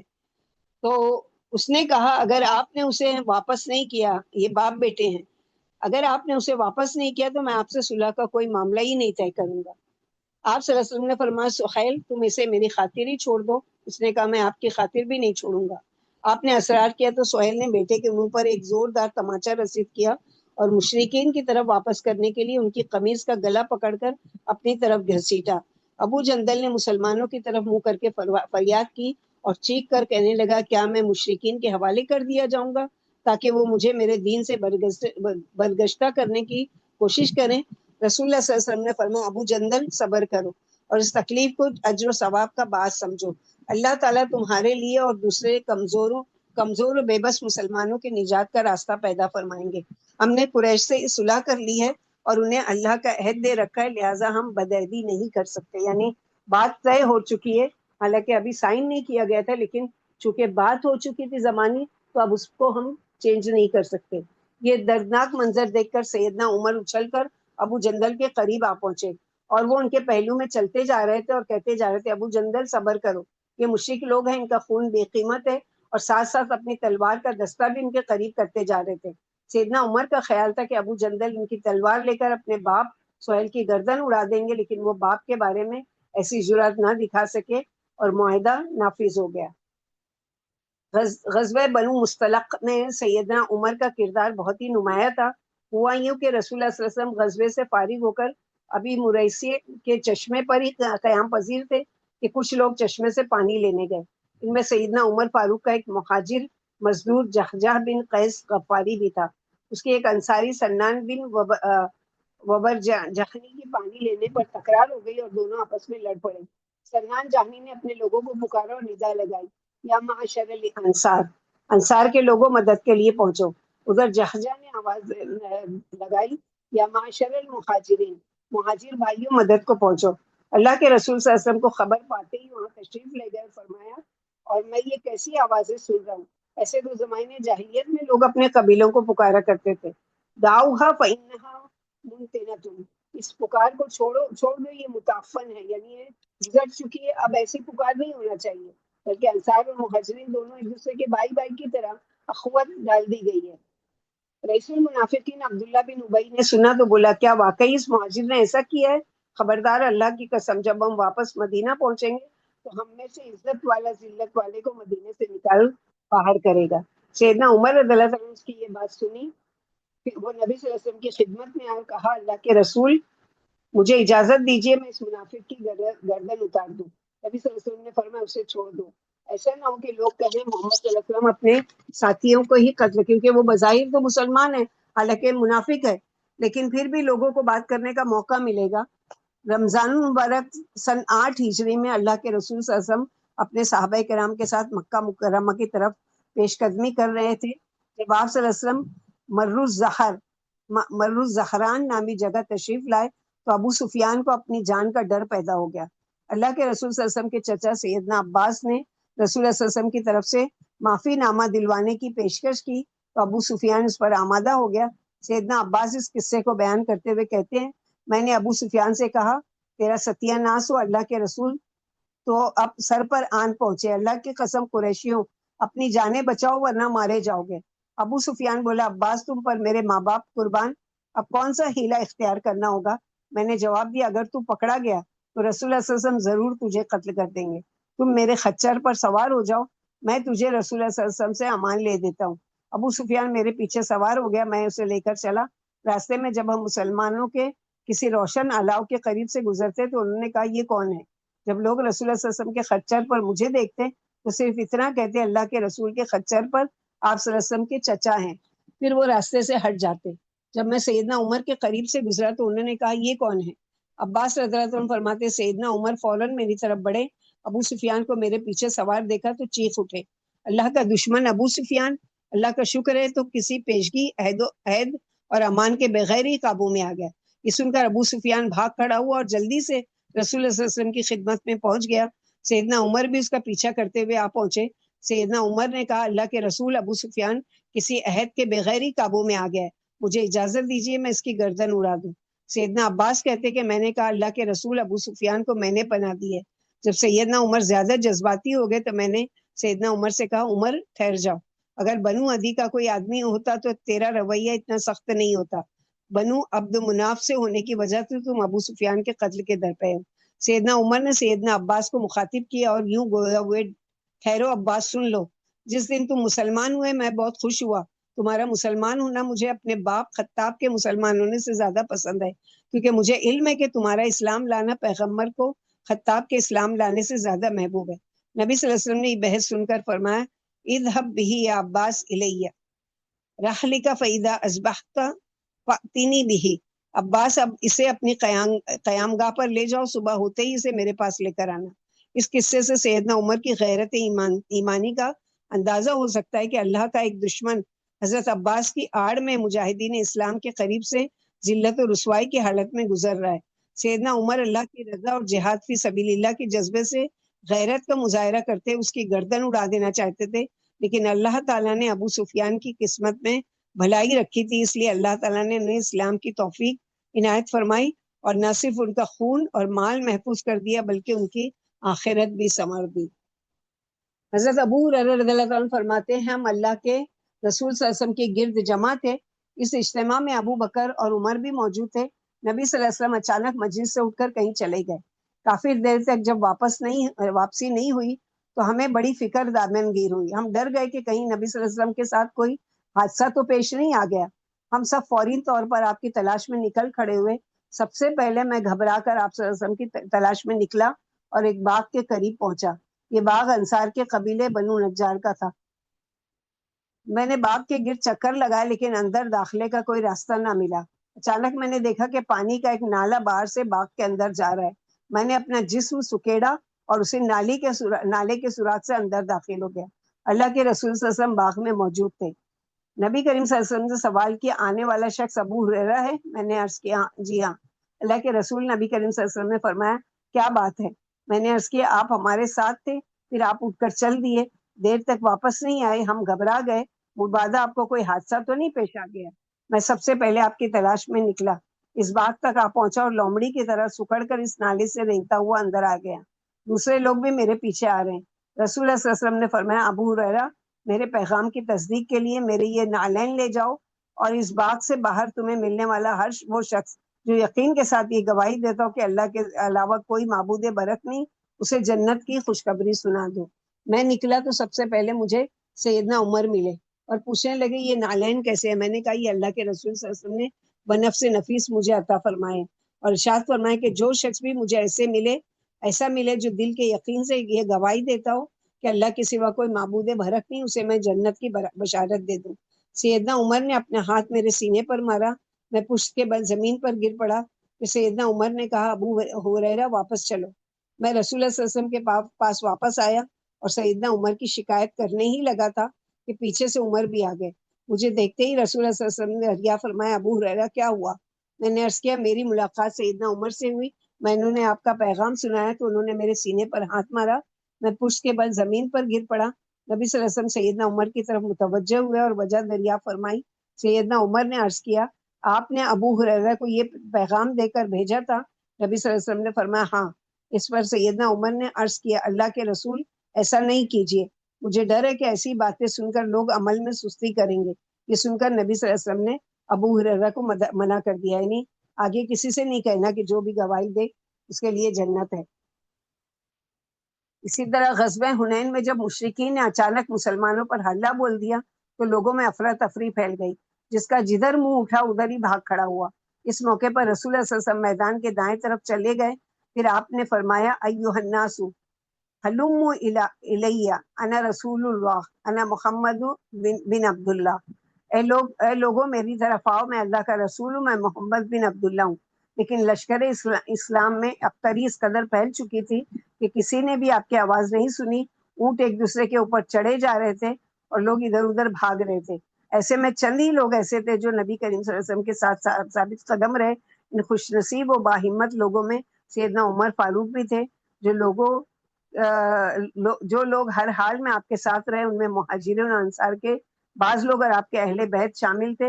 سیدنا عمر فاروق کے علاوہ ان میں سیدنا ابو بکر بھی تھے، اور آپ کے اہل بیت میں سے سیدنا علی بن ابی طالب اور عباس بن عبد المطلب، ان کے بیٹے فضل، ابو سفیان بن حارث، ان کے بیٹے ربیعہ بن حارث اور کچھ دیگر صحابہ شامل تھے۔ سیدنا عمر رضی اللہ عنہ خیبر سے قطع اراضی حصے میں ملا۔ سیدنا عمر رضی اللہ عنہ نبی کریم صلی اللہ علیہ وسلم کی خدمت میں حاضر ہوئے اور عرض کیا اللہ کے رسول مجھے ایسا مال ملا ہے کہ پہلے کبھی ایسا مال نہیں ملا، آپ صلی اللہ علیہ وسلم مجھے اس بارے میں کیا مشورہ دیتے ہیں؟ نبی صلی اللہ علیہ وسلم نے فرمایا کہ انشیتا حبستہ اسلحہ و تصدقتا بہا، اگر تم مناسب سمجھو تو زمین کی ملکیت اپنے پاس رکھو اور اس کی پیداوار کو صدقہ کر دو۔ چنانچہ سیدنا عمر نے اس کا پھل فقراء و غلاموں، عزیز و اقارب، مسافروں اور مہمانوں کے لیے صدقہ کر دیا، جبکہ اس کی زمین کے بارے میں کہا یہ فروخت ہوگی، نہ ہیبہ کی جا سکے گی اور نہ وراثت میں دی جا سکے گی۔ اس کا نگران اس کا پھل ضرورت کے مطابق کھا لے یا اپنے کسی دوست کو کھلا دے تو اس میں کوئی حرج نہیں ہے، لیکن ذخیرہ کرنے کے لیے پھل لے جانے کی اجازت نہیں ہے۔ خلافت کی ذمہ داریاں سنبھالنے سے قبل سیدنا عمر فاروق تجارت کیا کرتے تھے، وہ ایک کامیاب تاجر تھے۔ اس پیشے کی آمدنی نے انہیں مکہ کے مالدار افراد میں شامل کر دیا تھا۔ وہ تجارت کی غرض سے جس شہر کا رخ کرتے، تجارت کے ساتھ ساتھ اس کے خصائص و معارف کا بھی علم حاصل کر لیتے۔ وہ گرمیوں میں شام اور سردیوں میں یمن جایا کرتے تھے، مگر خلیفہ بننے کے بعد انہوں نے تجارت چھوڑ دی۔ سیدنا عمر کے اس کردار سے ان کی فضیلت کے ساتھ ساتھ بھلائی کے کاموں میں بڑھ چڑھ کر حصہ لینے کا اندازہ ہوتا ہے، اور یہ بھی پتہ چلتا ہے کہ وہ دنیا فانی پر آخرت کو ترجیح دیا کرتے تھے۔ سیدنا عمر نبی صلی اللہ علیہ وسلم کی مجلس میں بڑے ادب اور دھیان سے بیٹھتے تھے، مسائل کی وضاحت طلب فرماتے اور ہر خاص و عام معاملے کی اچھی طرح تحقیق کرتے تھے۔ انہوں نے نبی صلی اللہ علیہ وسلم سے 539 احادیث روایت کی ہیں۔ ایک دوسری روایت کے مطابق یہ تعداد 537 ہے۔ ان میں سے صحیح بخاری میں 34 اور صحیح مسلم میں 21 روایت موجود ہے۔ 26 روایت ایسی ہیں جو صحیح بخاری اور صحیح مسلم دونوں میں موجود ہے، اور بقیہ روایت دیگر کتب احادیث میں موجود ہے۔ سیدنا عمر فاروق کا نسب نامہ اللہ کے رسول کے ساتھ کعب بن لؤی بن غالب پر پہنچ کر ایک ہو جاتا ہے۔ رسول اللہ صلی اللہ علیہ وسلم نے اسلام قبول کرنے کے بعد کئی صحابہ کے نام تبدیل کیے، یعنی ان کے نام اسلامی تعلیمات کے مطابق نہیں تھے۔ سیدنا عمر کا نام زمانۂ جاہلیت میں عمر تھا، اور اسلام قبول کرنے کے بعد بھی یہی رہا۔ ان کی کنیت ابو حفص تھی۔ یہ کنیت رسول اللہ صلی اللہ علیہ وسلم نے انہیں غزوہ بدر والے دن عطا فرمائی۔ آپ کا لقب فاروق تھا۔ اس لقب کی وجہ تسمیہ یہ تھی کہ سیدنا عمر فاروق نے مکہ مکرمہ میں سب کے سامنے اپنے اسلام لانے کا اعلان کیا۔ اللہ تعالیٰ نے کی وجہ سے کفر اور ایمان کے درمیان واضح فرق اور امتیاز پیدا کیا۔ حضرت عبداللہ بن عمر رضی اللہ عنہ فرماتے ہیں، ایک دفعہ سیدنا عمر نے ایک آدمی کو ریشم کا خلہ فروخت کرتے ہوئے دیکھا۔ سیدنا عمر کو اچھا لگا تو اس تاجر کو لے کر نبی صلی اللہ علیہ وسلم کی خدمت میں حاضر ہوئے اور عرض کیا، اللہ کے رسول صلی اللہ علیہ وسلم اسے خرید لیجئے تاکہ وفود کی آمد کے وقت آپ اسے پہن سکیں۔ نبی کریم صلی اللہ علیہ وسلم نے فرمایا، ریشم تو وہ پہنتا ہے جس کا آخرت میں کوئی حصہ نہیں۔ کچھ عرصے بعد نبی کریم صلی اللہ علیہ وسلم نے اسی جیسا ایک قلعہ سیدنا عمر کی طرف بھیجا۔ سیدنا عمر اسے اٹھائے ہوئے نبی صلی اللہ علیہ وسلم کے حضور پیش ہوئے اور عرض کیا، آپ نے یہ لباس مجھے بھیج دیا، حالانکہ آپ نے اتاردی ریشمی حلے کے بارے میں تو یہ اور یہ الفاظ کہے تھے کہ یہ وہ پہنے جس کا آخرت میں کوئی حصہ نہیں، اور آپ وہی چیز مجھے گفٹ کر رہے ہیں۔ نبی کریم صلی اللہ علیہ وسلم نے فرمایا، انما بعثت الیک لتصیب بها مال، میں نے اس لیے بھیجا کہ تم اس کے ذریعے کچھ مال حاصل کر، یعنی بیچ دو، کسی عورت کے کام آئی، یا جو بھی ہے جس طرح سے اس سے تم مال حاصل کر سکو۔ ایک روایت میں سیدنا عمر نے اسے اپنے ایک غیر مسلم بھائی کو مکہ ارسال کر دیا۔ اقرا بن حابس اور عینیہ بن حسن اپنی قوم کے سرداروں میں سے تھے۔ یہ ایک مرتبہ ابو بکر صدیق کی خدمت میں حاضر ہوئے اور عرض کیا، خلیفۃ المسلمین، ہمارے قریب ایک سنگلاخ زمین ہے، اس میں گھاس کی پتی بھی پیدا نہیں ہوتی اور نہ ہی کوئی اور مفید چیز اگتی ہے۔ اگر آپ مناسب سمجھیں تو وہ زمین ہمیں الاٹ کر دیں تاکہ ہم وہاں کھیتی باڑی کر سکیں۔ ہو سکتا ہے کہ مستقبل میں وہ زمین نفع مند ثابت ہو۔ سیدنا ابو بکر صدیق نے اپنے گرد بیٹھے احباب سے مشورہ فرمایا۔ لوگوں نے الاٹ کرنے کا مشورہ دے دیا، چنانچہ سیدنا ابو بکر نے بھی اس کی منظوری دے دی اور تحریر لکھ دی، جس پر سیدنا عمر فاروق کی ایک گواہی ڈال دی۔ سیدنا عمر اس وقت موجود نہیں تھے۔ وہ دونوں سیدنا عمر کے پاس پہنچے تاکہ بطور گواہ انہیں اس معاہدے کا پابند کیا جا سکے۔ جس وقت وہ سیدنا عمر کے پاس پہنچے اس وقت وہ اپنے ایک اونٹ کو تیل مل رہے تھے۔ دونوں نے کہا، اے عمر، آپ کو سیدنا ابو بکر نے ایک معاہدے کا گواہ مقرر کیا، اب یہ معاہدہ آپ کو پڑھ کر سنائیں یا آپ خود پڑھ لیں گے؟ سیدنا عمر نے فرمایا، تم مجھے دیکھ رہے ہو کہ میں مصروف ہوں، تم چاہو تو پڑھ کر سنا دو یا انتظار کرو کہ میں فارغ ہو کر پڑھ لوں۔ کہنے لگے، ہم آپ کو پڑھ کر سناتے ہیں۔ سیدنا عمر نے یہ معاہدہ سنا تو اسے ان کے ہاتھوں سے لے کر مٹا دیا۔ وہ حضرت عمر فاروق کے اس عمل پر سخت ناراض ہوئے اور کچھ نازیبہ الفاظ بھی سنا دیے۔ سیدنا عمر نے فرمایا، رسول اللہ صلی اللہ علیہ وسلم تم دونوں سے تعلیف قلب فرماتے تھے، ان دنوں ہماری کچھ مجبوریاں تھیں، اب اللہ تعالیٰ نے اسلام کو طاقت اور عزت فراہم کر دی ہے، اس لیے تم دونوں واپس جاؤ اور اپنی محنت کرو، اب اللہ تعالیٰ کی طرف سے تم دونوں کے لیے کوئی رعایت نہیں ہے۔ وہ دونوں حیرانی اور پریشانی کی حالت میں سیدنا ابو بکر کی خدمت میں حاضر ہوئے اور عرض کیا، ہمیں یہ معلوم نہیں کہ خلیفہ آپ ہیں یا عمر ہے۔ سیدنا ابو بکر نے جواب دیا، اگر وہ تسلیم کر لیتے تو وہی خلیفہ ہوتے۔ اسی دوران میں سیدنا عمر بھی وہاں پہنچ گئے۔ وہ غصے میں تھے۔ آتے ہی سیدنا ابو بکر سے پوچھا، مجھے یہ بتائیے کہ جو زمین آپ نے ان دونوں کو الاٹ کی ہے وہ آپ کی ملکیت ہے یا تمام مسلمانوں کی؟ سیدنا ابو بکر نے فرمایا، سب مسلمانوں کی۔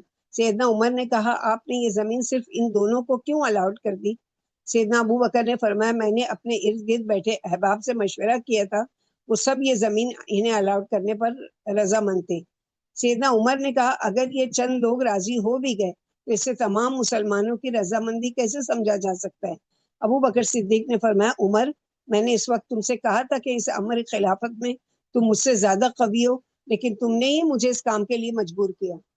یقیناً سیدنا ابو بکر نے اپنے فیصلے کو واپس لے لیا، اور اس واقعے سے یہ بھی معلوم ہو کہ بلا شبہ خلفائے راشدین کے زمانے میں اسلامی ریاست کا دار و مدار شورائی نظام پر تھا، یعنی مشورہ آپس میں کرنے پر تھا۔ معلوم ہوتا ہے کہ رسول اللہ صلی اللہ علیہ وسلم کے خلفاء ہر چھوٹے بڑے معاملے میں مسلمانوں سے مشورہ لیا کرتے تھے اور اپنے بھائیوں سے مشورہ کے بغیر قطعی فیصلہ کرنے سے گریز کرتے تھے۔ مذکورہ بالا واقعے سے ہمیں یہ بھی پتہ چلتا ہے کہ اللہ تعالیٰ نے قرآن مجید میں زکوٰۃ کے جو 8 مصارف بیان کیے ہیں ان میں ایک مؤلفۃ القلوب بھی ہے۔ خلفاء یا حجز یہ فیصلہ کرنے کے مجاز ہیں کہ ان حالات میں تالیف قلب کی مد میں کچھ دینے کی ضرورت ہے یا نہیں۔ سیدنا عمر فاروق کے مطابق اس وقت تالیف قلب کے طور پر انہیں یہ زمین الاٹ کرنے کی ضرورت نہیں تھی۔ سیدنا ابو بکر صدیق نے بھی ان کے نقطۂ نظر سے اتفاق کیا۔ عبداللہ بن عمر فرماتے ہیں ایک مرتبہ نبی کریم صلی اللہ علیہ وسلم صحابہ کرام کے ساتھ تشریف فرماتے، آپ نے حاضرین کے سامنے ایک سوال رکھا، ایک درخت ہے اس کی مثال مومن کی سی ہے، اس کے پتے کبھی نہیں گرتے، بتاؤ وہ کون سا درخت ہے؟ لوگ جنگل کے درختوں کے بارے میں سوچنے لگے۔ عبداللہ بن عمر جو عمر رضی اللہ عنہ کے بیٹے تھے، بہت چھوٹے تھے اس عمر میں، انہوں نے کہا کہ میرے دل میں خیال آیا کہ وہ کھجور کا درخت ہے، لیکن میں حیا کی وجہ سے خاموش رہا۔ لوگوں نے کہا اللہ کے رسول آپ ہی فرمائیے۔ نبی صلی اللہ علیہ وسلم نے فرمایا وہ کھجور کا درخت ہے۔ عبداللہ فرماتے ہیں میرے دل میں کھجور کے درخت کا جو خیال آیا تھا اس کا تذکرہ میں نے اپنے باپ سیدنا عمر سے کیا، تو انہوں نے فرمایا بیٹا اگر تم جواب دے دیتے تو یہ میرے لیے بڑے بڑے خزانوں سے بڑھ کر، یعنی بڑے فخریہ یہ چیز ہے نا کہ میرا بیٹا اتنے چھوٹی عمر کو ہو کر اتنا دور اندیش کے اللہ کے نبی صلی اللہ علیہ وسلم کو جواب دے رہے ہیں کہ یہ کھجور کا درخت ہے۔ اللہ کے رسول صلی اللہ علیہ وسلم نے سیدنا عمر فاروق کو جنت کی بشارت سے نوازا۔ اس بارے میں ایک حدیث پڑھتے ہیں، آپ صلی اللہ علیہ وسلم نے ارشاد فرمایا میں نے خواب میں دیکھا کہ میں جنت میں داخل ہوا، اچانک میری ملاقات ابو طلحہ کی بیوی رمیسہ ام سلیم سے ہوئی۔ پھر میں نے پاؤں کی آہٹ سنی، میں نے کہا یہ کس کے چلنے کی آواز ہے؟ مجھ سے پہلے کہا گیا یہ بلال رضی اللہ عنہ ہے۔ سیدنا عمر بن خطاب کے ایمانی مرتبے کے بارے میں عبداللہ بن ہشام فرماتے ہیں ہم ایک دفعہ نبی کریم صلی اللہ علیہ وسلم کے ساتھ تھے، نبی کریم صلی اللہ علیہ وسلم نے سیدنا عمر بن خطاب کا ہاتھ تھام رکھا تھا۔ سیدنا عمر فاروق نے عرض کیا اللہ کے رسول آپ مجھے اپنی جان کے علاوہ ہر چیز سے زیادہ عزیز ہے۔ نبی صلی اللہ علیہ وسلم نے فرمایا نہیں عمر، ایسی تو بات نہیں بنے گی، اس ذات کی قسم جس کے ہاتھ میں میری جان ہے، جب تک تم مجھے اپنی جان سے بھی زیادہ عزیز نہ سمجھو تمہارا ایمان مکمل نہیں ہو سکتا۔ یہ سننے کے بعد سیدنا عمر نے عرض کیا اللہ کے رسول اب تو آپ مجھے اپنی جان سے بھی زیادہ عزیز ہے۔ نبی کریم صلی اللہ علیہ وسلم نے فرمایا اب بات بنی یا عمر، الآن یا عمر۔ تو جو اللہ کے نبی صلی اللہ علیہ وسلم نے خواب دیکھا تھا کہ یعنی مجھ سے پہلے جنت میں چلنے کی جو آواز سنی تھی، پوچھا گیا یہ کون ہے تو بتایا گیا کہ یہ بلال ہے۔ پھر میں نے ایک محل دیکھا، اس کے صحن میں ایک لڑکی تھی، میں نے پوچھا یہ کس کا ہے؟ جواب ملا یہ سیدنا عمر کا محل ہے۔ میں نے اس محل کو دیکھنے کے لیے اندر جانے کا ارادہ کیا، لیکن اے عمر تیری غیرت نے میرے قدم روک لیے۔ سیدنا عمر نے عرض کیا اللہ کے رسول آپ پر میرے ماں باپ پر قربان، کیا میں آپ کے بارے میں غیرت کا اظہار کرتا؟ جنگ یمامہ میں شہید ہونے والوں میں حفاظ کی کثرت تھی۔ ان حالات کو مد نظر رکھتے ہوئے سیدنا ابو بکر نے سیدنا عمر کے مشورے سے قرآن کریم کو یکجا کرنے کا ارادہ کیا۔ اس وقت قرآن کریم چوڑی ہڈیوں، کھجور کی شاخوں، کپڑوں اور لوگوں کے سینوں میں محفوظ تھا۔ سیدنا ابو بکر صدیق نے اس کام کی ذمہ داری زید بن ثابت انصاری کو سونپی۔ حضرت زید فرماتے سیدنا ابو بکر نے جنگ یمامہ کے بعد مجھے بلا کر بھیجا، میں حاضر ہوا، سیدنا عمر بن خطاب بھی وہاں موجود تھے۔ ابو بکر رضی اللہ عنہ فرمایا عمر میرے پاس آئے، انہوں نے مجھے بتایا کہ جنگ یمامہ میں بہت سے حافظ قرآن صاحبہ جام شہادت نوش کر گئے، اگر وہ اسی طرح شہید ہوتے رہے تو ممکن ہے قرآن کریم کا بہت سا حصہ ضائع ہو جائے گا۔ میری یہ رائے ہے کہ قرآن کریم کو یکجا کر دیا جائے۔ میں نے سیدنا عمر سے کہہ دیا کہ میں کوئی ایسا قدم کس طرح اٹھا سکتا ہوں جو اللہ کے رسول نے نہیں اٹھایا، لیکن عمر رضی اللہ عنہ کا اصرار ہے کہ اس کام میں امت کے لیے بہتری ہے۔ اب اللہ تعالیٰ نے میرا سینہ کھول دیا، یعنی میرے ملاحظات دور ہو گئے ہیں، لہٰذا میری بھی یہی رائے ہے زید آپ ایک سمجھدار نوجوان ہیں، ہمیں آپ پر پورا اعتماد ہے، آپ کاتب وحی بھی ہیں، اس لیے قرآن کریم کو یکجا کرنے کا کام اپنے ذمے لیجئے۔ حضرت زید فرماتے ہیں کہ اگر مجھے اللہ ایک پہاڑ دوسری جگہ منتقل کرنے کا حکم دیتا تو مجھے یہ کام اللہ کے کلام کو یکجا کرنے سے زیادہ آسان، یعنی اتنا مشکل کام ہے یہ کہ قرآن کو اکٹھا کرنا اور ایک جگہ جمع کرنا۔ اس میں شک نہیں کہ جاہلی دور میں اونٹ چرانے کی وجہ سے سیدنا عمر بہت سی خوبیاں مثلا تحمل، طاقت، زور آزمائی اور جنگجوئی پیدا ہو گئی تھی۔ یہاں یہ بھی جان لینا چاہیے کہ سیدنا عمر زمانے جاہلیت میں صرف اونٹ یا بکریاں ہی نہیں چراتے تھے، بلکہ وہ انفوان شباب ہی میں انہوں نے حرب و ضرب کے ماہر بھی ہو گئے تھے۔ یعنی عین جوانی کے ٹائم انہوں نے کیا ہے کہ جنگ کے جو طریقے ہوتے ہیں، ہتھیار چلانا جو کرنا، اس میں بھی خوب ٹرین ہو کر ماہر ہو چکے تھے۔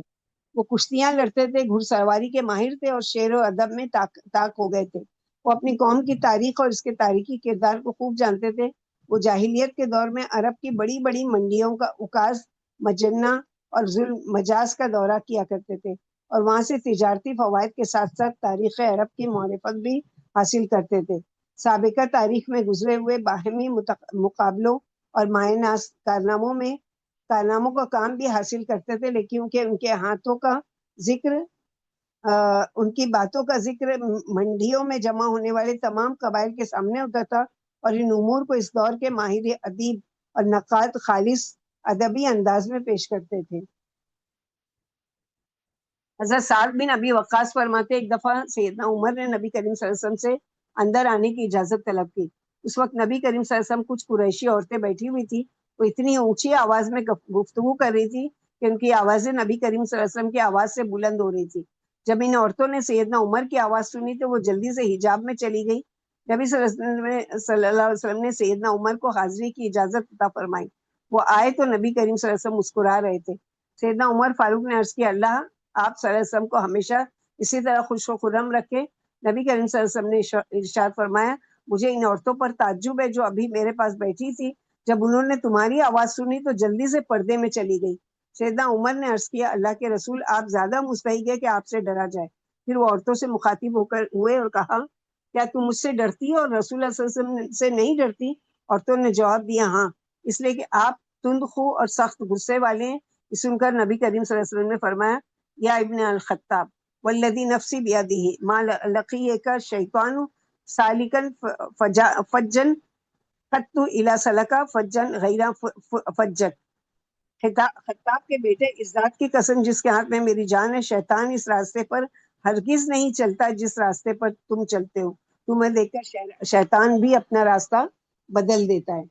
نبی کریم صلی اللہ علیہ وسلم نے ایک مرتبہ سیدنا عمر رضی اللہ عنہ کے بدن پر قمیض یا ایک روایت کے مطابق کوئی لباس دیکھا تو فرمایا، اجدید ثوبک ام غسیل، تمہارا یہ لباس نیا ہے یا دھویا ہوا ہے، یعنی پرانا ہے؟ سیدنا عمر نے کہا، یہ تو دھویا ہوا ہے۔ نبی کریم صلی اللہ علیہ وسلم نے فرمایا، دعا دی آپ کو، البس جدیدن وعش حمیدن ومت شہیدن، تو نئے کپڑے پہنے، عزت کی زندگی گزارے اور تجھے شہادت کی موت نصیب ہو۔ تو یہ دعا ہم کو بھی دینا چاہیے کسی نئے کپڑا پہننے والے کو، کہ دو تین الفاظ ہیں اور بہت آسان الفاظ ہیں، کہ کیا ہے، البس جدیدن یعنی تو نئے کپڑے پہنے، وعش حمیدن اور تو عزت کی زندگی گزارے، ومت شہیدن اور تجھے اللہ تعالیٰ شہادت کی موت نصیب کرے۔ آمین یا ارحم الراحمین، اللہم اجعلنا منہم۔ عبداللہ بن مسعود رضی اللہ عنہ فرماتے ہیں، تاریخ انسانی میں سے سب سے زیادہ سمجھدار اور صاحب فراست 3 افراد ہوئے۔ ایک تو وہ لڑکی تھی جس نے موسیٰ علیہ السلام کی کنویں پر ملاقات ہوئی، اس نے کہا تھا، ابا جان انہیں اجرت پر رکھ لیجئے، یہ بہترین شخص ہیں، اس لیے کہ یہ طاقتور ہونے کے ساتھ ساتھ انتہائی ایماندار بھی ہے۔ دوسرا وہ شخص جس نے حضرت یوسف علیہ السلام کے بارے میں کہا تھا کہ اسے باعزت ٹھکانہ دے، ہو سکتا ہے یہ ہمیں نفع دے یا ہم اسے اپنا بیٹا ہی بنا لیں۔ تیسرے سیدنا ابو بکر صدیق تھے، جنہوں نے اپنی دور رسم فہم و فراست سے سیدنا عمر کو اپنے بعد خلیفہ مقرر کیا تھا۔ سیدنا عمر فاروق کے پاس میدان نہاون سے ایک آدمی آیا، انہوں نے اس سے پوچھا، تیرا نام کیا ہے؟ اس نے جواب دیا، قریب۔ انہوں نے پھر پوچھا، کس کے بیٹے ہو؟ اس نے جواب دیا، ابن ظفر، کامیابی کا بیٹا۔ عمر رضی اللہ عنہ سے نیک شگن لیتے ہوئے کہا، انشاءاللہ بہت جلد فتح نصیب ہوگی، اور نیکی کرنے کی طاقت اللہ ہی کی توفیق سے ہوتی ہے۔ سیدنا عمر کے پاس ایسی خداداد فراست تھی کہ کسی کو شاذ و نادری، یعنی اللہ تعالیٰ نے کو بہترین ٹیلنٹ دیا تھا اور بہت زیادہ جینیس تھے۔ علامہ ذہبی فرماتے، جب اسود انسی نے یمن میں نبوت کا دعویٰ کیا تو مشہور تابعی ابو مسلم خولانی کو گرفتار کر لیا گیا۔ آگ کی ایک بڑی خندق تیار کی گئی اور ابو مسلم کو اس میں ڈال دیا گیا، لیکن آگ نے ابو مسلم کو نقصان نہیں پہنچایا۔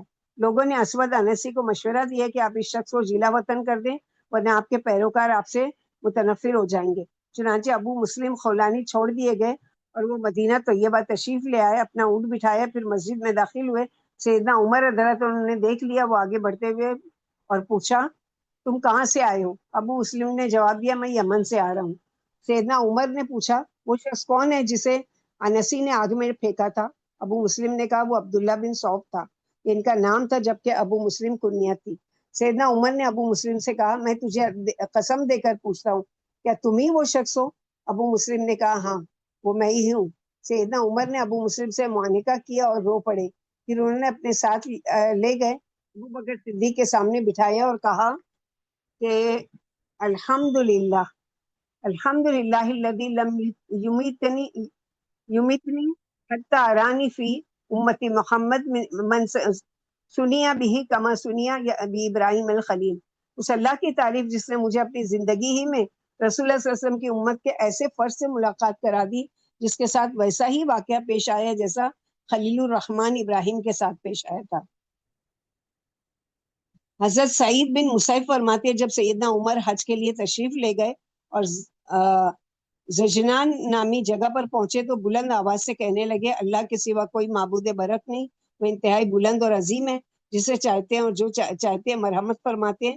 میں اس وادی میں اپنے والد خطاب کے اونٹ چرایا کرتا تھا، ان دنوں میں بہت بڑا کوٹ نما جبہ پہنا کرتا تھا۔ خطاب بہت سخت گیر تھے، مجھ سے اتنا کام لیتے تھے کہ میں تھک جاتا، کوئی کوتاہی ہو جاتی تو وہ مجھے مارتا تھا، لیکن آج میرے اور اللہ کے درمیان کسی انسان کی حاکمیت نہیں ہے۔ سیدنا عمر فاروق نے 63 سالہ زندگی پائی، اس نے اتفاق دیکھی ہے کہ رسول اللہ صلی اللہ علیہ وسلم ابو بکر کی عمر بھی وفات کے وقت 63 سال تھی۔ سیدنا عمر فاروق دانا، فصیح و بلیغ، صاحب الرائے، طاقتور، بردبار اور شریف النفس تھے۔ ان میں دوسروں کو قائل کرنے کی بڑی صلاحیت تھی، یہی وجہ تھی کہ قریش نے انہیں اپنا سفیر مقرر کر رکھا تھا، اور جب کسی قبیلے سے قریش کے مفاخر بیان کرنے کا مقابلہ ہوتا تھا تو اس کام کے لیے سیدنا عمر کو منتخب فرماتے تھے۔ حضرت معاذ بن جبل کو نبی کریم صلی اللہ علیہ وسلم نے یمن کا حاکم اور قاضی بنا کر بھیجا۔ وہ آپ صلی اللہ علیہ وسلم کی حیات مبارکہ میں یمن میں مقیم رہے، انہوں نے یمن میں بہت سی دعوتی خدمات انجام دی اور مرتدین کے خلاف جہادی سرگرمیوں میں بھی حصہ لیا۔ وہ نبی صلی اللہ علیہ وسلم کی وفات کے بعد مدینہ آئے، انہوں نے قیام یمن کے دوران وہاں کاروبار بھی کیا جس سے آپ کو منافع بھی حاصل ہوا اور آپ کی مالی پوزیشن بہتر ہو گئی۔ جب واپس آئے تو یہ مال و متاع ہمراہ تھا۔ سیدنا عمر نے سیدنا ابو بکر کو مشورہ دیا کہ آپ معاذ رضی اللہ عنہ سے ان کی ضرورت کی چیزوں کے سوا باقی سارا مال واپس لے لیں۔ سیدنا ابو بکر نے فرمایا معاذ رضی اللہ عنہ کو نبی صلی اللہ علیہ وسلم نے یمن بھیجا تھا تاکہ اس کی ضروریات پوری ہو جائیں، اب میں اس سے کچھ نہیں لوں گا، ہاں اگر وہ اپنی مرضی سے دے دے تو اور بات ہے۔ سیدنا عمر اپنی رائے درست سمجھتے تھے، وہ خود معاذ کے پاس جا پہنچے تاکہ معاذ کو راضی کر لیں۔ سیدنا معاذ نے کہا اللہ کے رسول نے مجھے جو چیز عطا فرمائی ہے اب میں اس میں تبدیلی نہیں کر سکتا۔ سیدنا عمر ابو بکر کے ذریعے سے سیدنا معاذ پر کوئی سختی کروانے کے حق میں نہیں تھے، وہ تو حضرت معاذ اور تمام مسلمانوں کی حقیقی خیر خواہی کے خواہش مند تھے۔ معاذ رضی اللہ عنہ نے سیدنا عمر کے مشورے کو قبول نہیں کیا۔ سیدنا عمر جانتے تھے کہ وہ معاذ کو مجبور نہیں کر سکتے تھے، وہ ان کا جواب سن کر خاموشی سے واپس آ گئے کیونکہ وہ اپنا فرض ادا کر چکے تھے۔ سیدنا عمر کے پلٹنے کے بعد سیدنا معاذ سیدنا عمر کے پاس آئے اور کہا میں نے آپ کی بات مان لی ہے، میں آپ کی رائے پر عمل کرنے کے لیے تیار ہوں، دراصل میں نے خواب دیکھا ہے کہ میں گہرے پانی میں غوطے کھا رہا ہوں، عمر آپ نے مجھے ڈوبنے سے بچایا۔ پھر سیدنا معاذ سیدنا ابو بکر کی خدمت میں گئے اور کوئی ایک بھی چیز رکھے بغیر سب کچھ سیدنا ابو بکر کی صدیق کی خدمت میں پیش کر دیا۔ سیدنا ابو بکر نے فرمایا جو چیز میں تمہیں ہبہ کر چکا ہوں وہ تم سے واپس نہیں لینا چاہتا۔ سیدنا عمر نے کہا ہذا جین و حل وطاب، ایسا اس وقت ہونا چاہیے جب وہ چیز جائز اور حلال ہو۔ ابن شہاب کہتے ہیں کہ مجھے انس رضی اللہ عنہ نے خبر دی کہ جب رسول اللہ صلی اللہ علیہ وسلم کی وفات ہوئی تو لوگوں نے رونا شروع کر دیا۔ سیدنا عمر فاروق کی نبی کریم صلی اللہ علیہ وسلم سے عقیدت اور محبت کا یہ عالم تھا کہ آپ کا دل اس بات کو قبول کرنے پر آمادہ ہی نہیں ہو سکا کہ اللہ کے رسول کی وفات ہو چکی ہے۔ ابو جہل طبیعت کے ساتھ آپ نے ممبر پر کھڑے ہو کر کہا میں کسی کو یہ کہتے ہوئے نہ سنوں کہ محمد صلی اللہ علیہ وسلم کا انتقال ہو گیا ہے. حقیقت یہ کہ جس طرح اللہ تعالیٰ نے موسیٰ علیہ السلام کو 40 دن کے لیے بلایا تھا، اسی طرح آپ کو 40 دن کے لیے بلایا ہے. اور مجھے امید ہے کہ جن لوگوں کو گمان ہے محمد صلی اللہ علیہ وسلم وفات پا گئے ہیں، آپ صلی اللہ علیہ وسلم واپس آ کر ان کے ہاتھ پاؤں کاٹ ڈالیں گے. سیدنا عائشہ بیان کرتی ہے رسول اللہ صلی اللہ علیہ وسلم کی وفات کے بعد سیدنا ابو بکر صدیق سخت کے علاقے سے تشریف لائے. آپ گھوڑے پر سوار تھے، آپ اتر کر سیدھے عائشہ رضی اللہ عنہ کے پاس حجرے میں تشریف لے گئے اور تیمم کر کے رسول اللہ صلی اللہ علیہ وسلم کی طرف بڑھے. آپ صلی اللہ علیہ وسلم کا چہرہ مبارک یمنی چادر سے ڈھکا ہوا تھا. آپ نے وہ چادر اٹھائی اور رسول اللہ صلی اللہ علیہ وسلم کے چہرے کو بوسہ دیا، پھر فرمایا میرے ماں باپ آپ پر قربان ہو، اللہ کی قسم اللہ آپ پر 2 موتیں جمع نہیں کریں گے، اور جو موت اللہ تعالیٰ نے آپ کے لیے لکھی تھی وہ آپ کو آ چکی. عبداللہ بن عباس بیان کرتے جب سیدنا ابو بکر صدیق تشریف لائے تو سیدنا عمر لوگوں کے سامنے تقریر کر رہے تھے. سیدنا ابو بکر صدیق نے فرمایا عمر بیٹھ جاؤ، لیکن سیدنا عمر نے تقریر جاری رکھی. لوگ سیدنا عمر کو چھوڑ کر سیدنا ابو بکر کی طرف متوجہ ہو گئے. سیدنا ابو بکر صدیق نے فرمایا اے لوگوں، تم میں سے جو محمد صلی اللہ علیہ وسلم کی عبادت کرتا تھا وہ جان لے کہ محمد صلی اللہ علیہ وسلم وفات پا چکے ہیں، اور جو شخص اللہ کی عبادت کرتا تھا تو اللہ تعالی ہمیشہ سے زندہ ہے اور کبھی نہیں وفات پائے گا. پھر آپ نے قرآن کریم کی یہی آیت پڑھی، سورہ آل عمران آیت نمبر 144، وما محمد الا رسول قد خلت من قبلہ الرسل افإن مات او قتل انقلبتم علی اعقابکم ومن ينقلب علی عقبیہ فلن یضر اللہ شیئا وسیجزی اللہ الشاکرین. ابن عباس رضی اللہ عنہ مزید بیان کرتے اللہ کی قسم ایسا لگا کہ لوگوں کو اس آیت کا علم ہی اس وقت ہوا جب ابو بکر صدیق نے یہ آیت تلاوت فرمائی. بس پھر کیا تھا، ہر شخص یہی آیت تلاوت کر رہا تھا. سعید بن مسیب کہتے ہیں کہ سیدنا عمر نے فرمایا اللہ کی قسم یہ آیت سن کر ایسا لگا جیسے میری ٹانگوں میں جان ہی نہیں ہے، میری ٹانگوں نے میرا ساتھ چھوڑ دیا اور میں زمین پر گر پڑا. مطلب یہ کہ سیدنا صدیق اکبر کا خطاب سننے کے بعد سیدنا عمر فاروق کو بھی بات سمجھ میں آ گئی اور انہیں یقین ہو گیا کہ واقعی اللہ کے رسول وفات پا چکے ہیں. انا للہ و انا الیہ راجعون. اللہ تعالیٰ اللہ کے رسول صلی اللہ علیہ وسلم پر کروڑوں اربوں بار درود و سلام نازل فرمائے اور ان کے صحابہ اکرام سے اللہ تعالیٰ راضی ہو جائے، جیسا کہ اللہ سبحانہ و تعالیٰ نے یہ وعدہ کیا ہے کہ رضی اللہ عنہم ورضوا عنہ. تو کتنی اچھی لگتی ہیں ان لوگوں کی باتیں جان کر کہ کیسے ایمان کے پکے اور کیسے وہ، اور ظاہر ہے کہ کیوں نہ ہوتے کہ اللہ کے رسول صلی اللہ علیہ وسلم کے زیر تعلیم یہ شخصیات آپ کے ساتھ ٹرین ہوئے، اور یہ ساری چیزیں اللہ سبحانہ و تعالیٰ ان کی محبت، اللہ کے رسول صلی اللہ علیہ وسلم کی محبت، اور سب سے زیادہ اللہ تعالیٰ اپنی محبت ہم سب کو نصیب کرے. اللہم انا نسألک حبک وحب من یحبک وحب عمل الذی یبلغ لنا حبک. اللہ تعالیٰ ہمیں اپنی محبت عطا فرمائے، اپنے ان لوگوں کی محبت عطا فرمائے جو اللہ سے محبت کرتے ہیں، اور اللہ تعالیٰ ان تمام اعمال سے ہم کو محبت کرنے کی توفیق عطا فرمائے جن اعمال کے ذریعے ہم اللہ تعالیٰ کا قرب حاصل کریں. اللہ سبحانہ و تعالیٰ ہم کو کہنے سننے سے زیادہ عمل کی توفیق عطا فرمائے. اللہ تعالیٰ جس طرح ہمارے نبی صلی اللہ علیہ وسلم ہمارے لیے اسوہ حسنہ ہے، اسی طرح ان کے صحابہ کرام بھی ہمارے لیے بہترین نمونہ ہے کہ ان کے نقش قدم پر اللہ تعالیٰ ہم لوگوں کو چلنے کی توفیق عطا فرمائے اور ایمان کے اعلیٰ درجے تک ہم سب کی رسائی فرمائے اور ہم سب سے راضی ہو جائے. رضی اللہ عنہم ورضوا عنہ. اللہ تعالیٰ ہم سے بھی راضی ہو اور ہم سے بھی ہم وہ کام کرنے کی توفیق عطا فرمائے جو اللہ تعالیٰ کی رضا و خوشنودی حاصل کرنے کا سبب بنے. ربنا تقبل منا انک انت السمیع العلیم وتب علینا انک انت التواب الرحیم. سبحان ربک رب العزۃ عما یصفون وسلام علی المرسلین والحمد للہ رب العالمین. سبحانک اللہم وبحمدک اشہد ان لا الہ الا انت استغفرک واتوب الیک. السلام علیکم ورحمۃ اللہ وبرکاتہ.